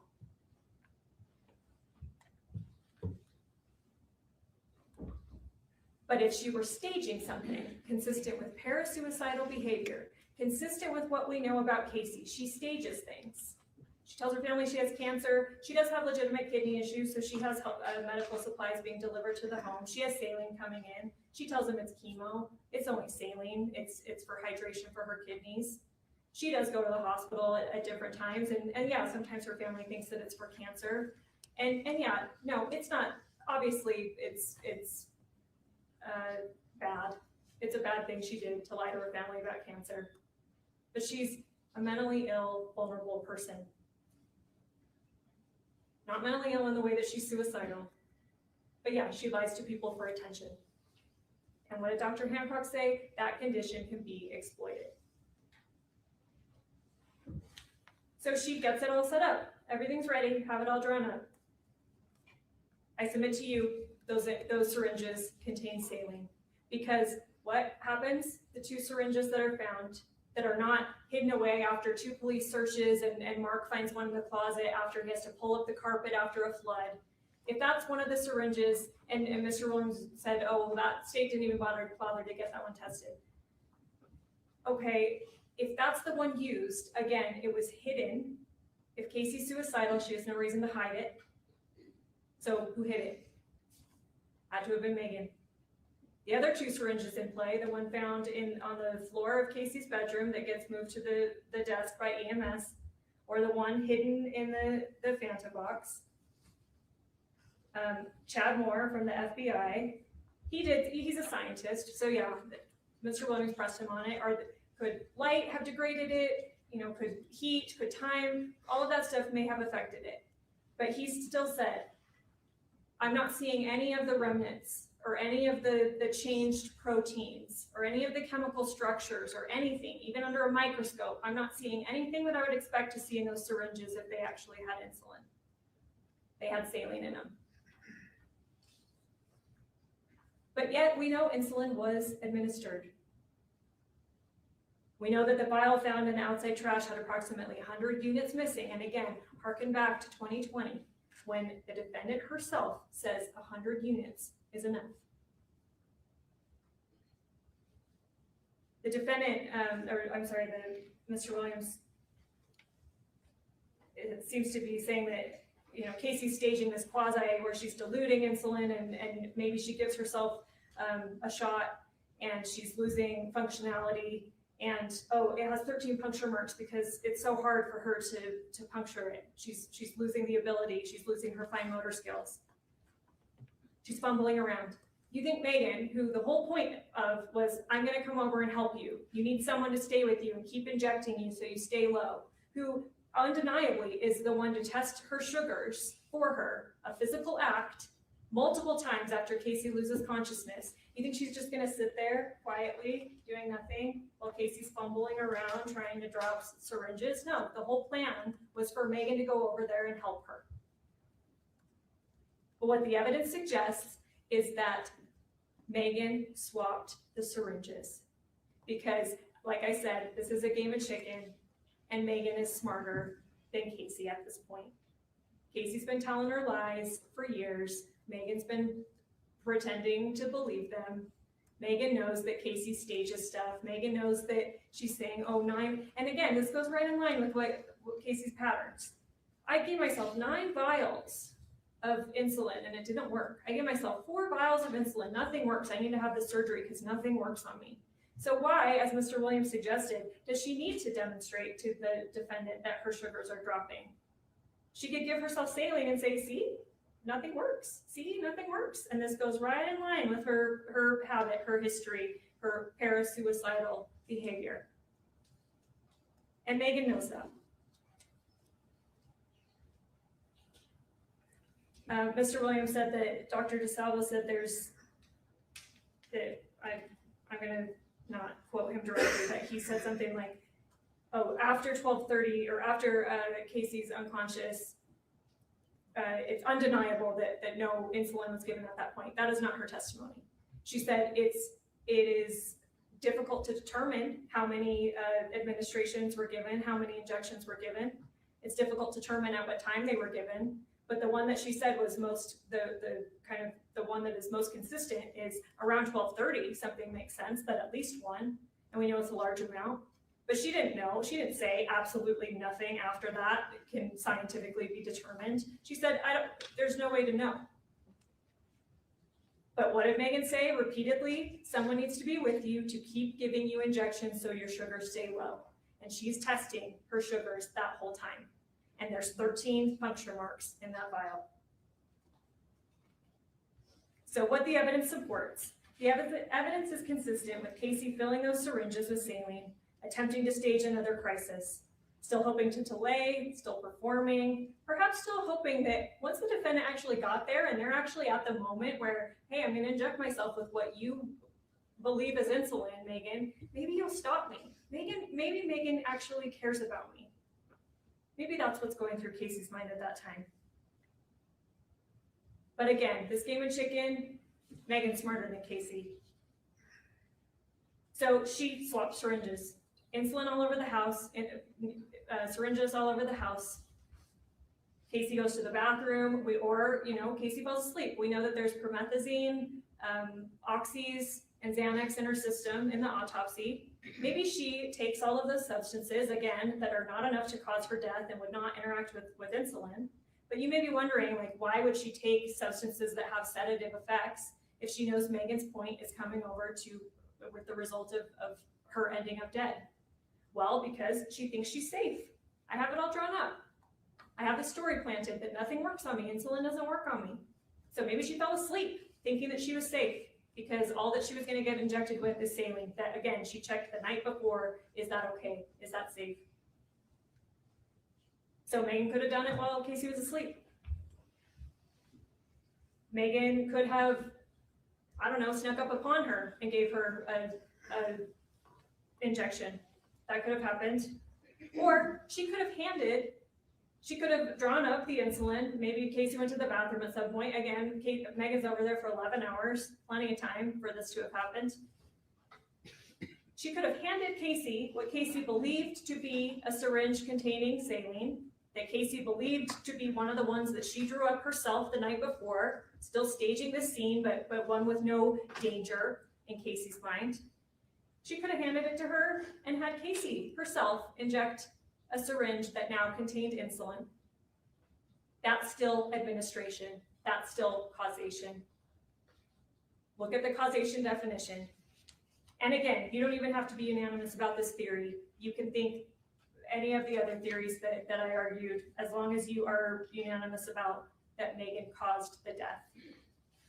But this theory is consistent with the evidence.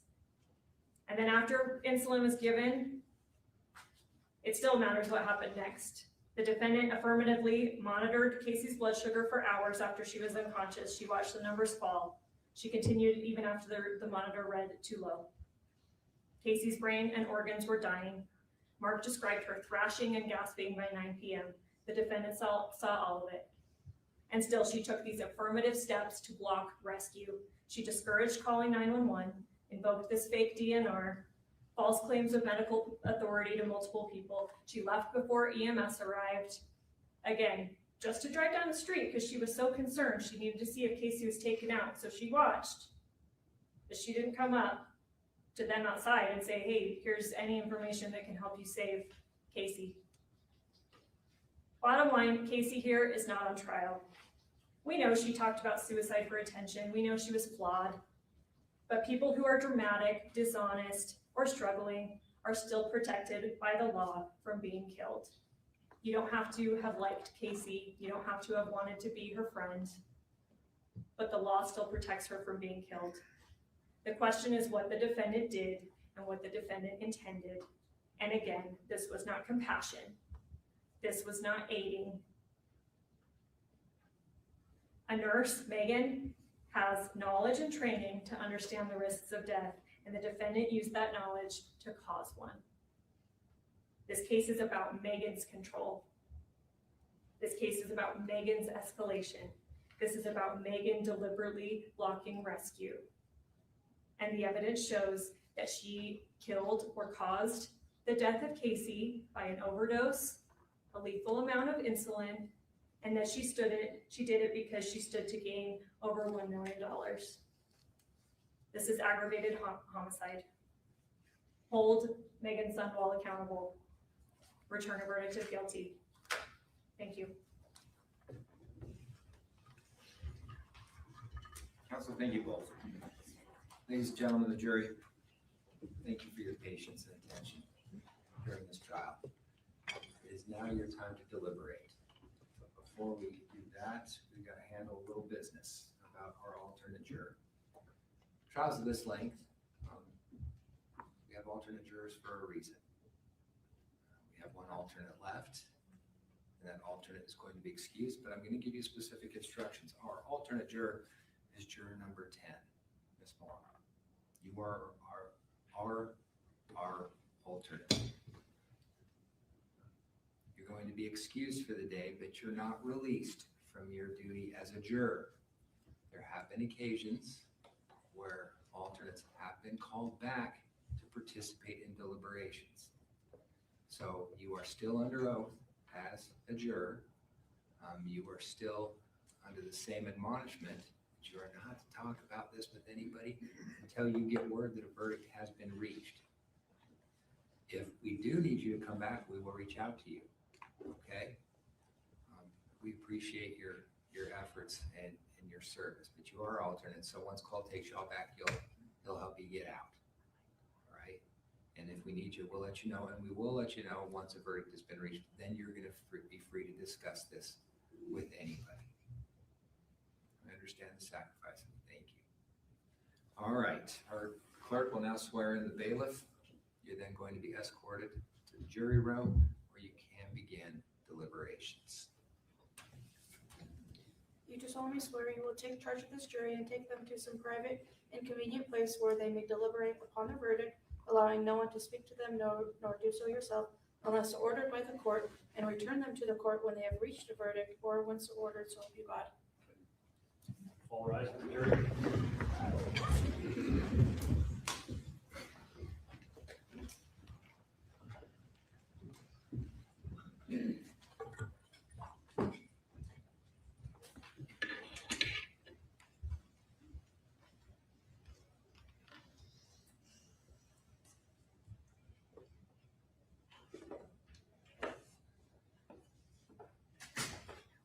Please be seated. Council, please make sure the clerk has your numbers. It is now 2:42. We're going to let the jury work till around 5 or so. Then they may be excused for the evening, come back in the morning, depending on where they're at. We'll let you know. Any questions? I believe so. There you are. All right. Thank you. Make sure Brooke has your numbers. Thank you. All rise.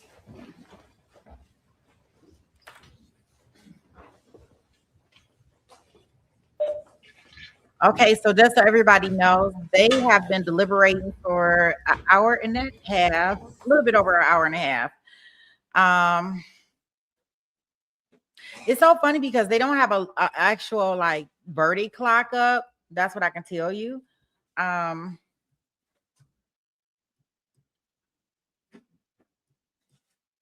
So this is what I'm kind of getting. So some people, y'all say that we'll have a verdict tonight. Let me see. Right now it is currently, I don't know. We should hear something soon, then I guess, because it is 5, it's almost 5 o'clock. So I'm thinking if it's almost 5 o'clock there, that either the jury is going to say something about them, they are going to work later, or they're going to tell the judge they're coming back tomorrow. But what I did find strange about it is that I already see alert that Court TV has put up for tomorrow. So I guess they may be expecting for the jury to come back tomorrow. I don't know. And that's why I was like, I can't call it. And then they don't have a verdict clock up. I mean, thanks. Because usually I could tell by the verdict clock, like it'll say,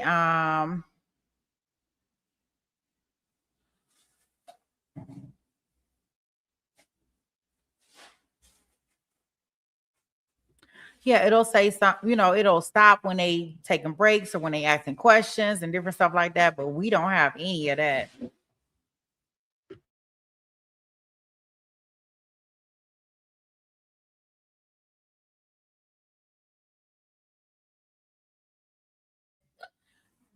Yeah, so that's what we have there. Let me see.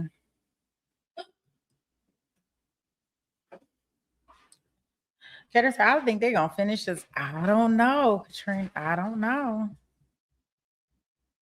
I don't know if they're gonna do it or not. So let's do this from our end to keep us busy while we're here. I don't want to look at this seal drying like old paint.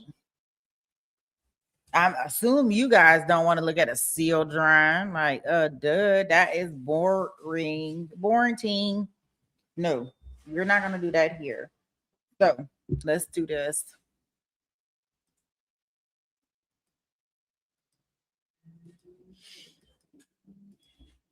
She surely did go through all them text messages too. Wow. Well, she went through a lot of those text messages that were sent between the two of them. Let me see what we can do here.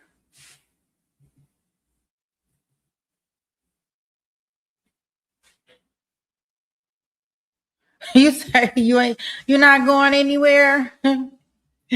Okay, Claire. No, Doom, no. Mm-mm. No, you talk about Scallywag. You talk about Shonda. No, this is not Shonda. She is currently she's trying to get a new trial. A finger wave? What happened with her? Well, she was convicted. She was found guilty in 2024. And she's now saying that there was some misconduct or something going on with the trial. So she's requesting a new trial. So if you've seen her name or anything come up like in recent coverage, that's the reason why, because she's fighting for a new trial. I don't know why, because did nothing happen in that trial that she needed a new trial. But it's probably going to be denied. I can't imagine it being anything else but denied for that part of it. Let me see. I did have this other case that we could take a look at. Wait a minute. Let me get it up. I got another case that we could look at real quick.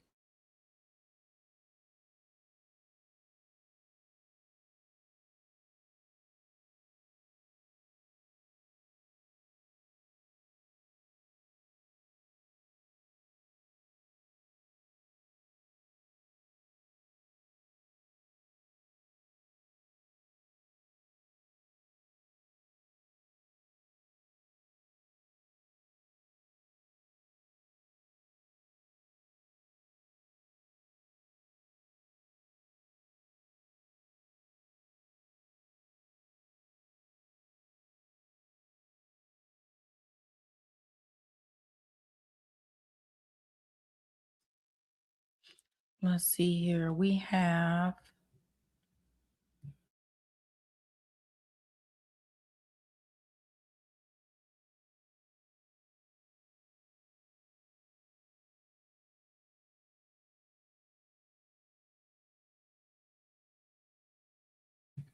okay, let's see.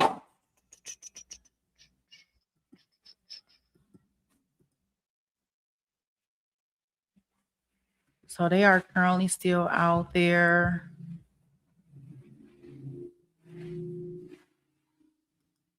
Okay. So it's totally up to y'all. Do y'all want to watch? I don't know. Should we watch any of this testimony? I really don't know. I can't even pinpoint to some testimony that I really need to see out of this case. So y'all have to let me know. Or do we just get together when the verdict come in? If it come in. I don't think it's coming back tonight. Me personally, I don't think this verdict comes back.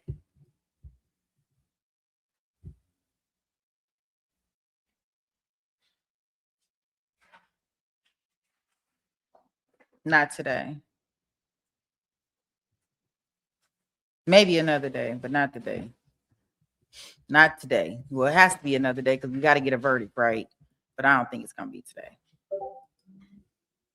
Let me see.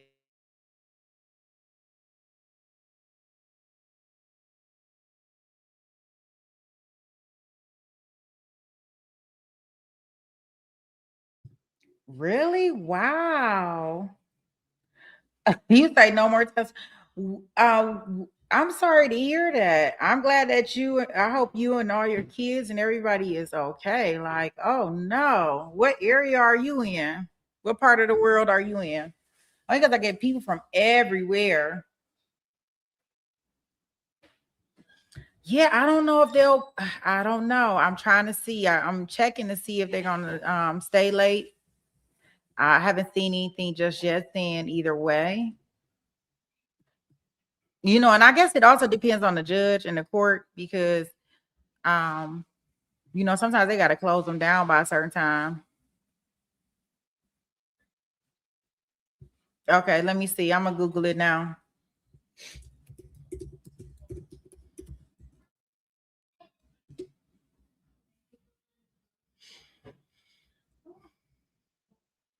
Let's see.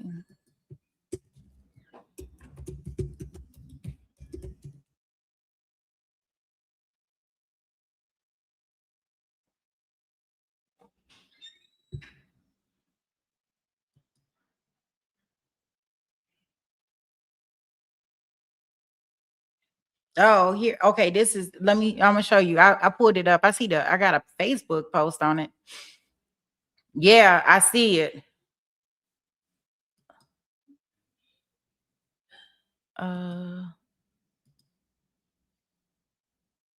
And he's actually going to trial.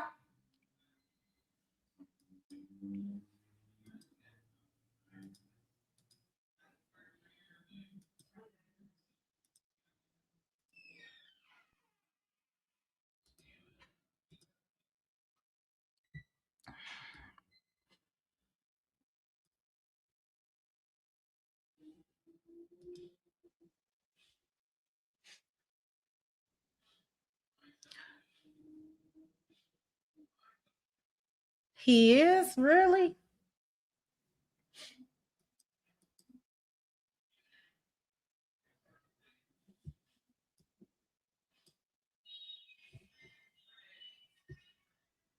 Wow.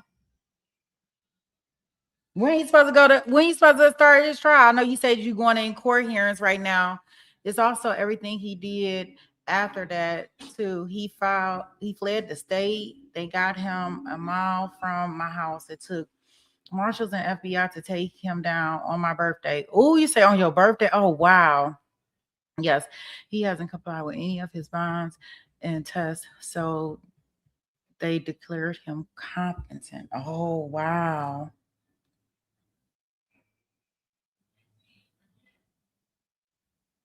Yeah, it says after his evaluation, he was transferred. What's wrong? What you say? We are terminating his rights within the month that trial is going to take a week. When is he supposed to start? When is this trial supposed to start?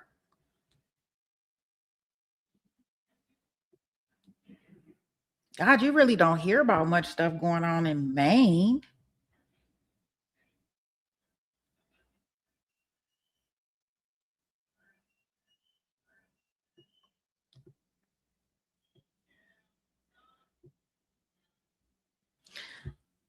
You have to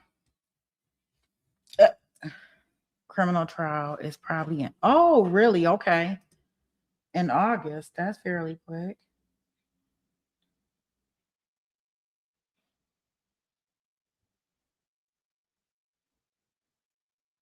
Wow.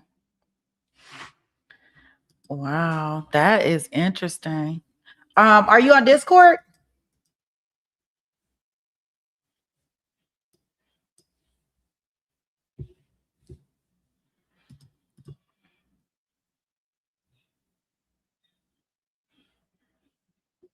Have they showed any of his hearings live? Let me see.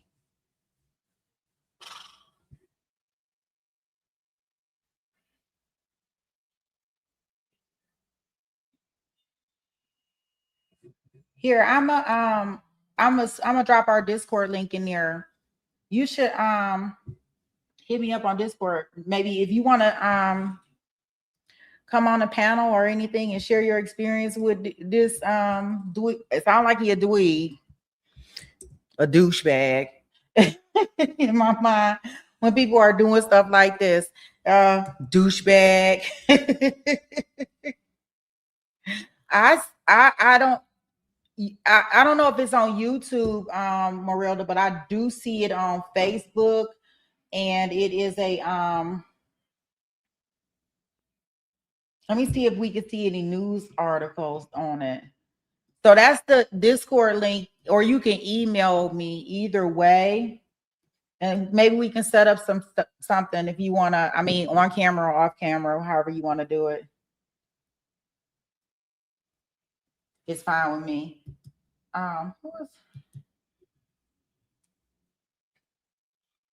Okay, you just did it. I think I see you.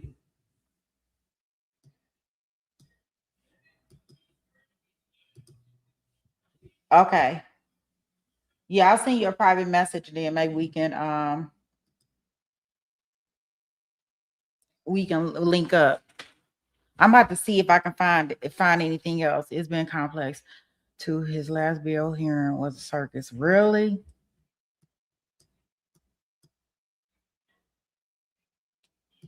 know why I can't get this smaller. I hate sometimes my Discord, it's taking up my whole screen and I don't know why.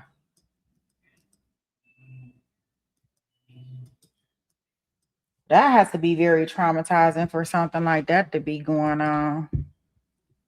And especially have to go to the hearings and stuff. I'm trying to get this Discord thing down. Like sometimes my Discord, it just gets really, really big on my screen and I can't take it because I'm trying to look up. So I'm trying to get this Facebook back up. Okay.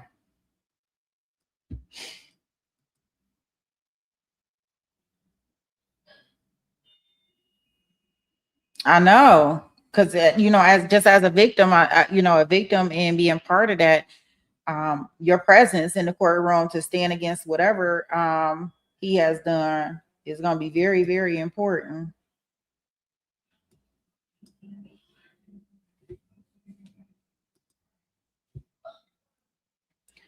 The only thing that I see right so far is no. It's not that. It's not John here. I found you see it on my. You see it. I have it on the face. You see it's on my screen. Can y'all see this? Oh, this is it right here. I know it gotta be. It's sound triggering.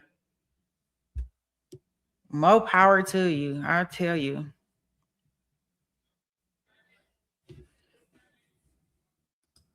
You see, the jury wants life. Huh, Cater? They reach a verdict? I see the jury wants life. I'm not following. I'm looking at the thing. I don't see where they reached the verdict. Should we be checking with the jury soon? They would check in at 5 or so. I don't see anything on law on any of the major networks in regards to it just yet.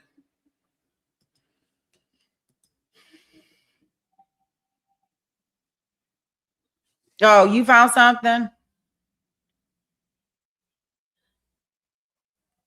You say saw on another channel, seemed weird about the sentence.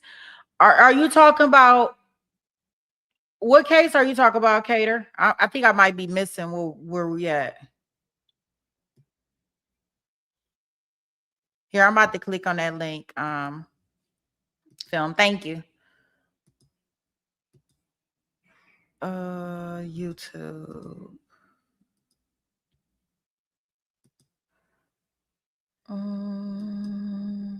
Live. Let me pull it up. That's me.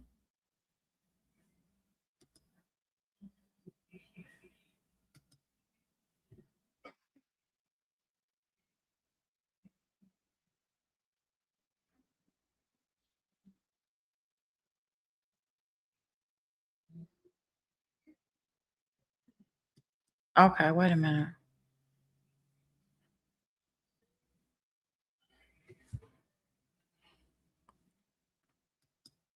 Film, when I try to click on the link that you put in the chat, it keeps bringing me back to our feed.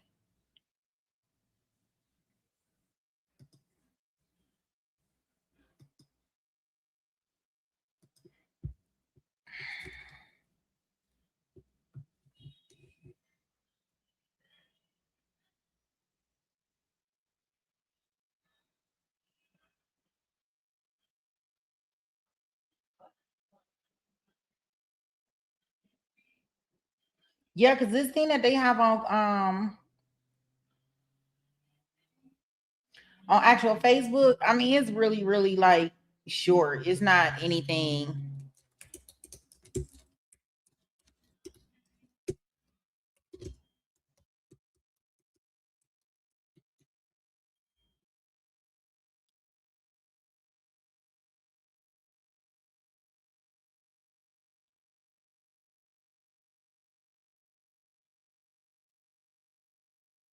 Wait a minute.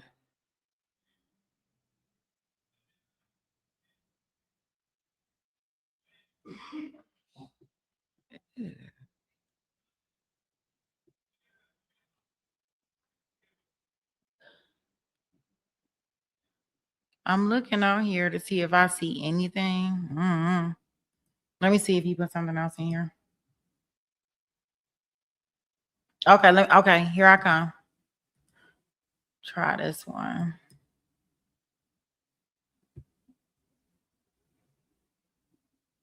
Okay, yeah, this is okay. This has to be. This is it.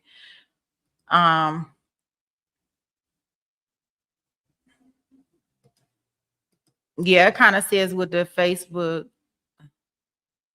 he in custody after a 9-hour standoff that saw neighbors evacuated from the area. This happened September the 11th, 2024. Oh, this was a DV situation. Oh gosh.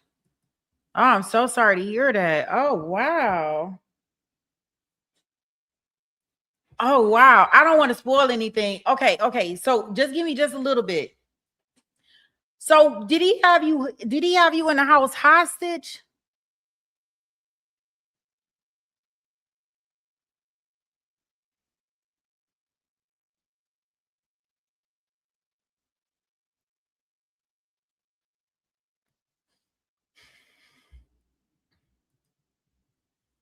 Initial reports that indicated that a firearm was inside the residence, raising concerns about the potential escalation of the situation. The police chief, Ryan McGee, said in the news release, law enforcement, okay, for the safety of the community and neighbors, everybody, gosh, yeah, if they evacuating people after 9 hours, he was 59 years old, was taken into custody and transported to St. Mary's Hospital in Lewiston for evaluation.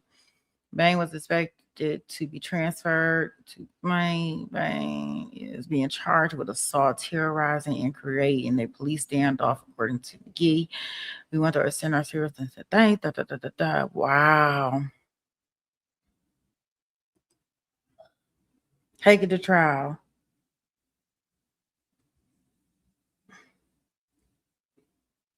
That part is wrong. Yeah, I see another news report saying he's 53. I do see that. Yeah, Marilla, I gave her the wait a minute. We got court. Wait a minute.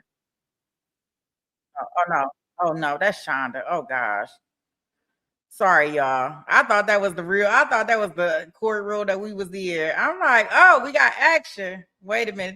That's Shonda old courtroom. Wait a minute. Okay, so Court TV has ended their streams. I am assuming that the jury went home for the day. Let me check Law and Crime website to their jury.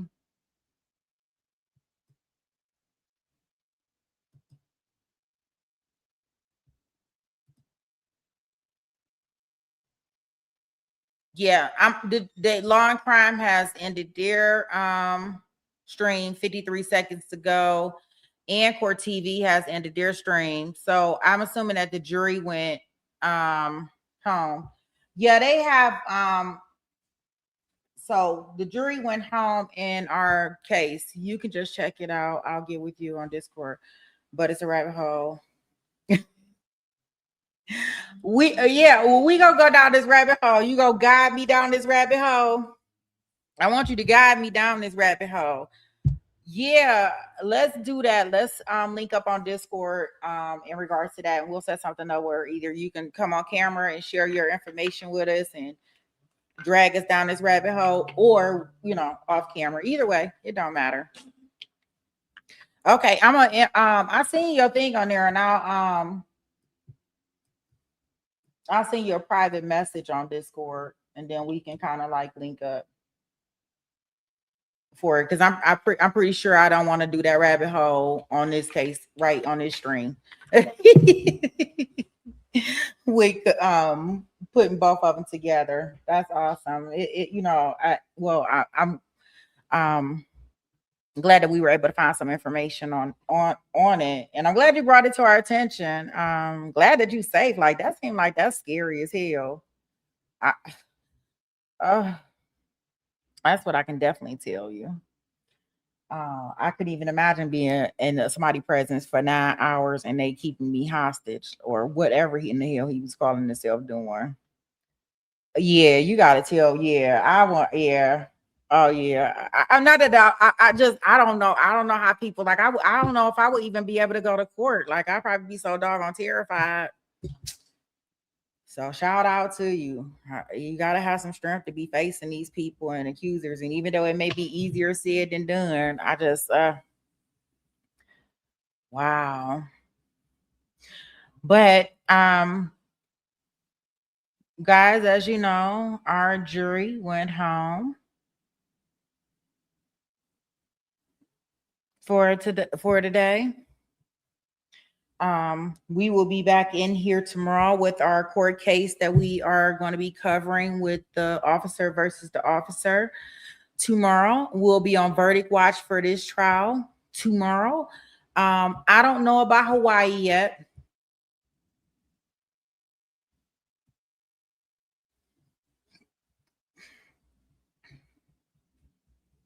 So I'm not sure if we gonna have court in Hawaii, but we'll find out probably later in the afternoon.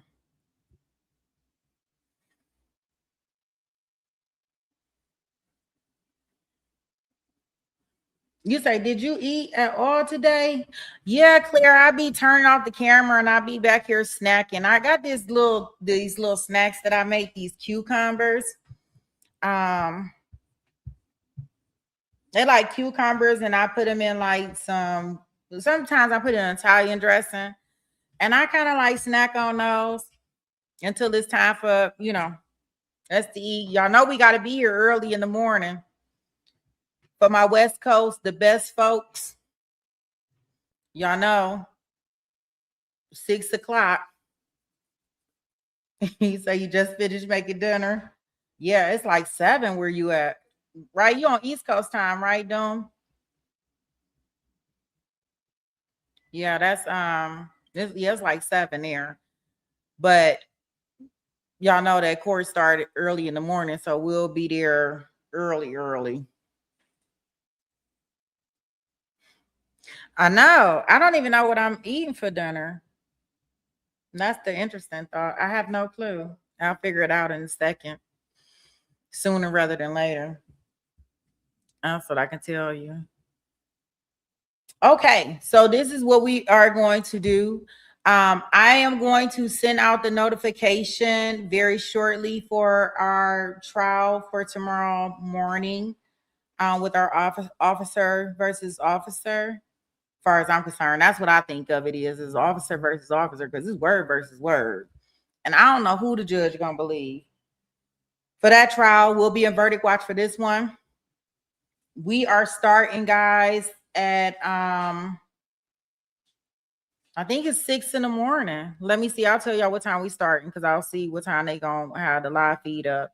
If you did not get to see day one, please just go to the site and look at day one. It wasn't that long. Yeah, they starting at 6 in the morning. So if you didn't see day one of our the Kacee Fitzsimmons case, please take a moment and go ahead and check it out. Day one was pretty short and sweet, and we had some real good testimony, as far as I'm concerned, in that case, like real good testimony from the baby daddy, ex-fiance, and the officer that actually did the pew-pewing of her. He started his original testimony. I guess if he wouldn't have took like 5 hours going through all his credentials and stuff back to when he was 2, we probably could have got more into that day of testimony, but he did 5 hours of that. So there you go. Well, I don't know, but that's what he did. Shout out to him.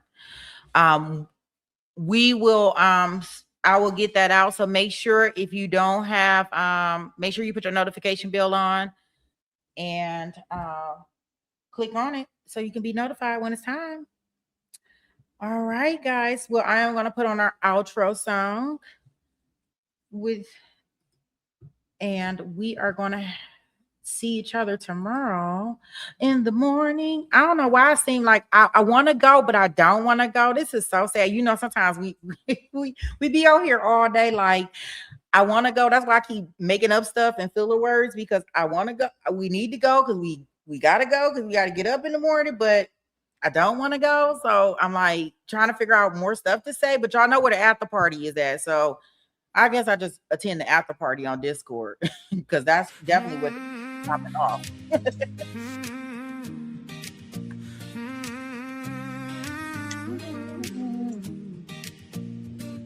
When Sweet Pea taps in, you know the courtroom lights go bright. Trials running long, but the family's here every night. Mars on patrol, shadows showing out. This little YouTube corner's what community's about. Therapist, you know, steady holding down the floor. Behind the scenes magician, keeping peace like never before. A banner king, a rule keeper too. Every channel dreams of a mind like you. Jason walks in and the ladies lose control. Down to earth king with the warmest soul. Film freaks, kindness, man, it's always on display. Fair and sweet and cheering folks along the way. And Maria from SA keeps the laughter rolling free. Joking, shining, keeping spirits where they need to be. We're a family in the chat, side by side through every trial. Sweet Pea leads the way with that fire and that smile. We debate, we laugh, we lift each other higher. This courtroom crew is everything we admire. Yeah, no matter what the case or file, we're forever taking to trial. Take it to trial.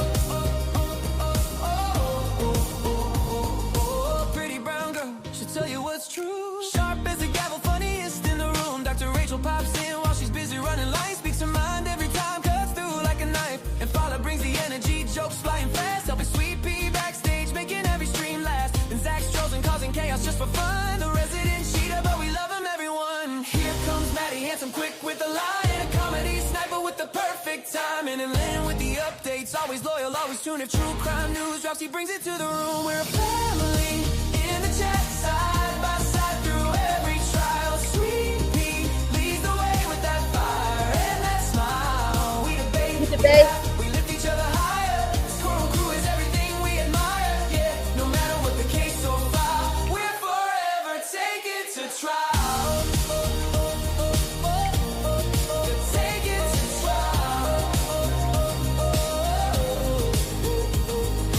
Shamrock keeps us trending, replay queen. Holding down the algorithm like a machine. SD's razor sharp, loyal through and through. And yes, she adores chasing nothing new. Drunky the bear with the white claws, way managing volunteers like she runs the whole land. Cynthia brings inside with take sharp and steady. Donna keeps it real, 911 and always ready. Tilly Bird's the fat queen, receipts on tap. Easy's new, but she blends right into the pack. Tennessee, hard live, try support her with pride. Melly shows up a family for cooking for his dog. A steady carrying presence through the courtroom fog. And Brooklyn in the house, always bringing that spark. Lighting up the chat like a shout in the dark. Baka loves her grand, speaks truth when it's time. Micrograms with metaphors, straight up sublime. Barbara, biggest supporter, heart kind and vast. Looking for missing kids, hope to truly last. Only fan from Singapore, flag name but sweet.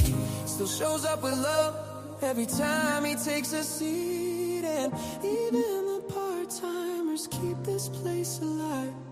Curvy Hill, Irish Amy, Capri Law, Hellcat, our tribe.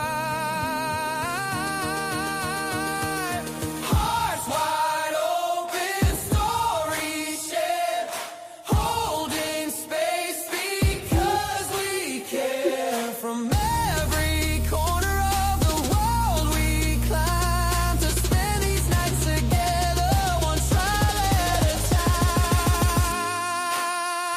We're a family in the chat, side by side through every trial. Sweet Pea leads the way with that fire and that smile. Mods and shadows, yeah, this love is something rare. A courtroom crew with hearts beyond compare. No matter what the case or file, we're forever taking to trial.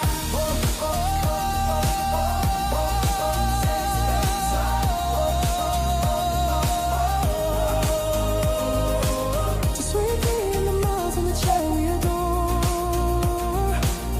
This isn't just a channel. once a family, and we couldn't ask for more. Yeah, Marilda,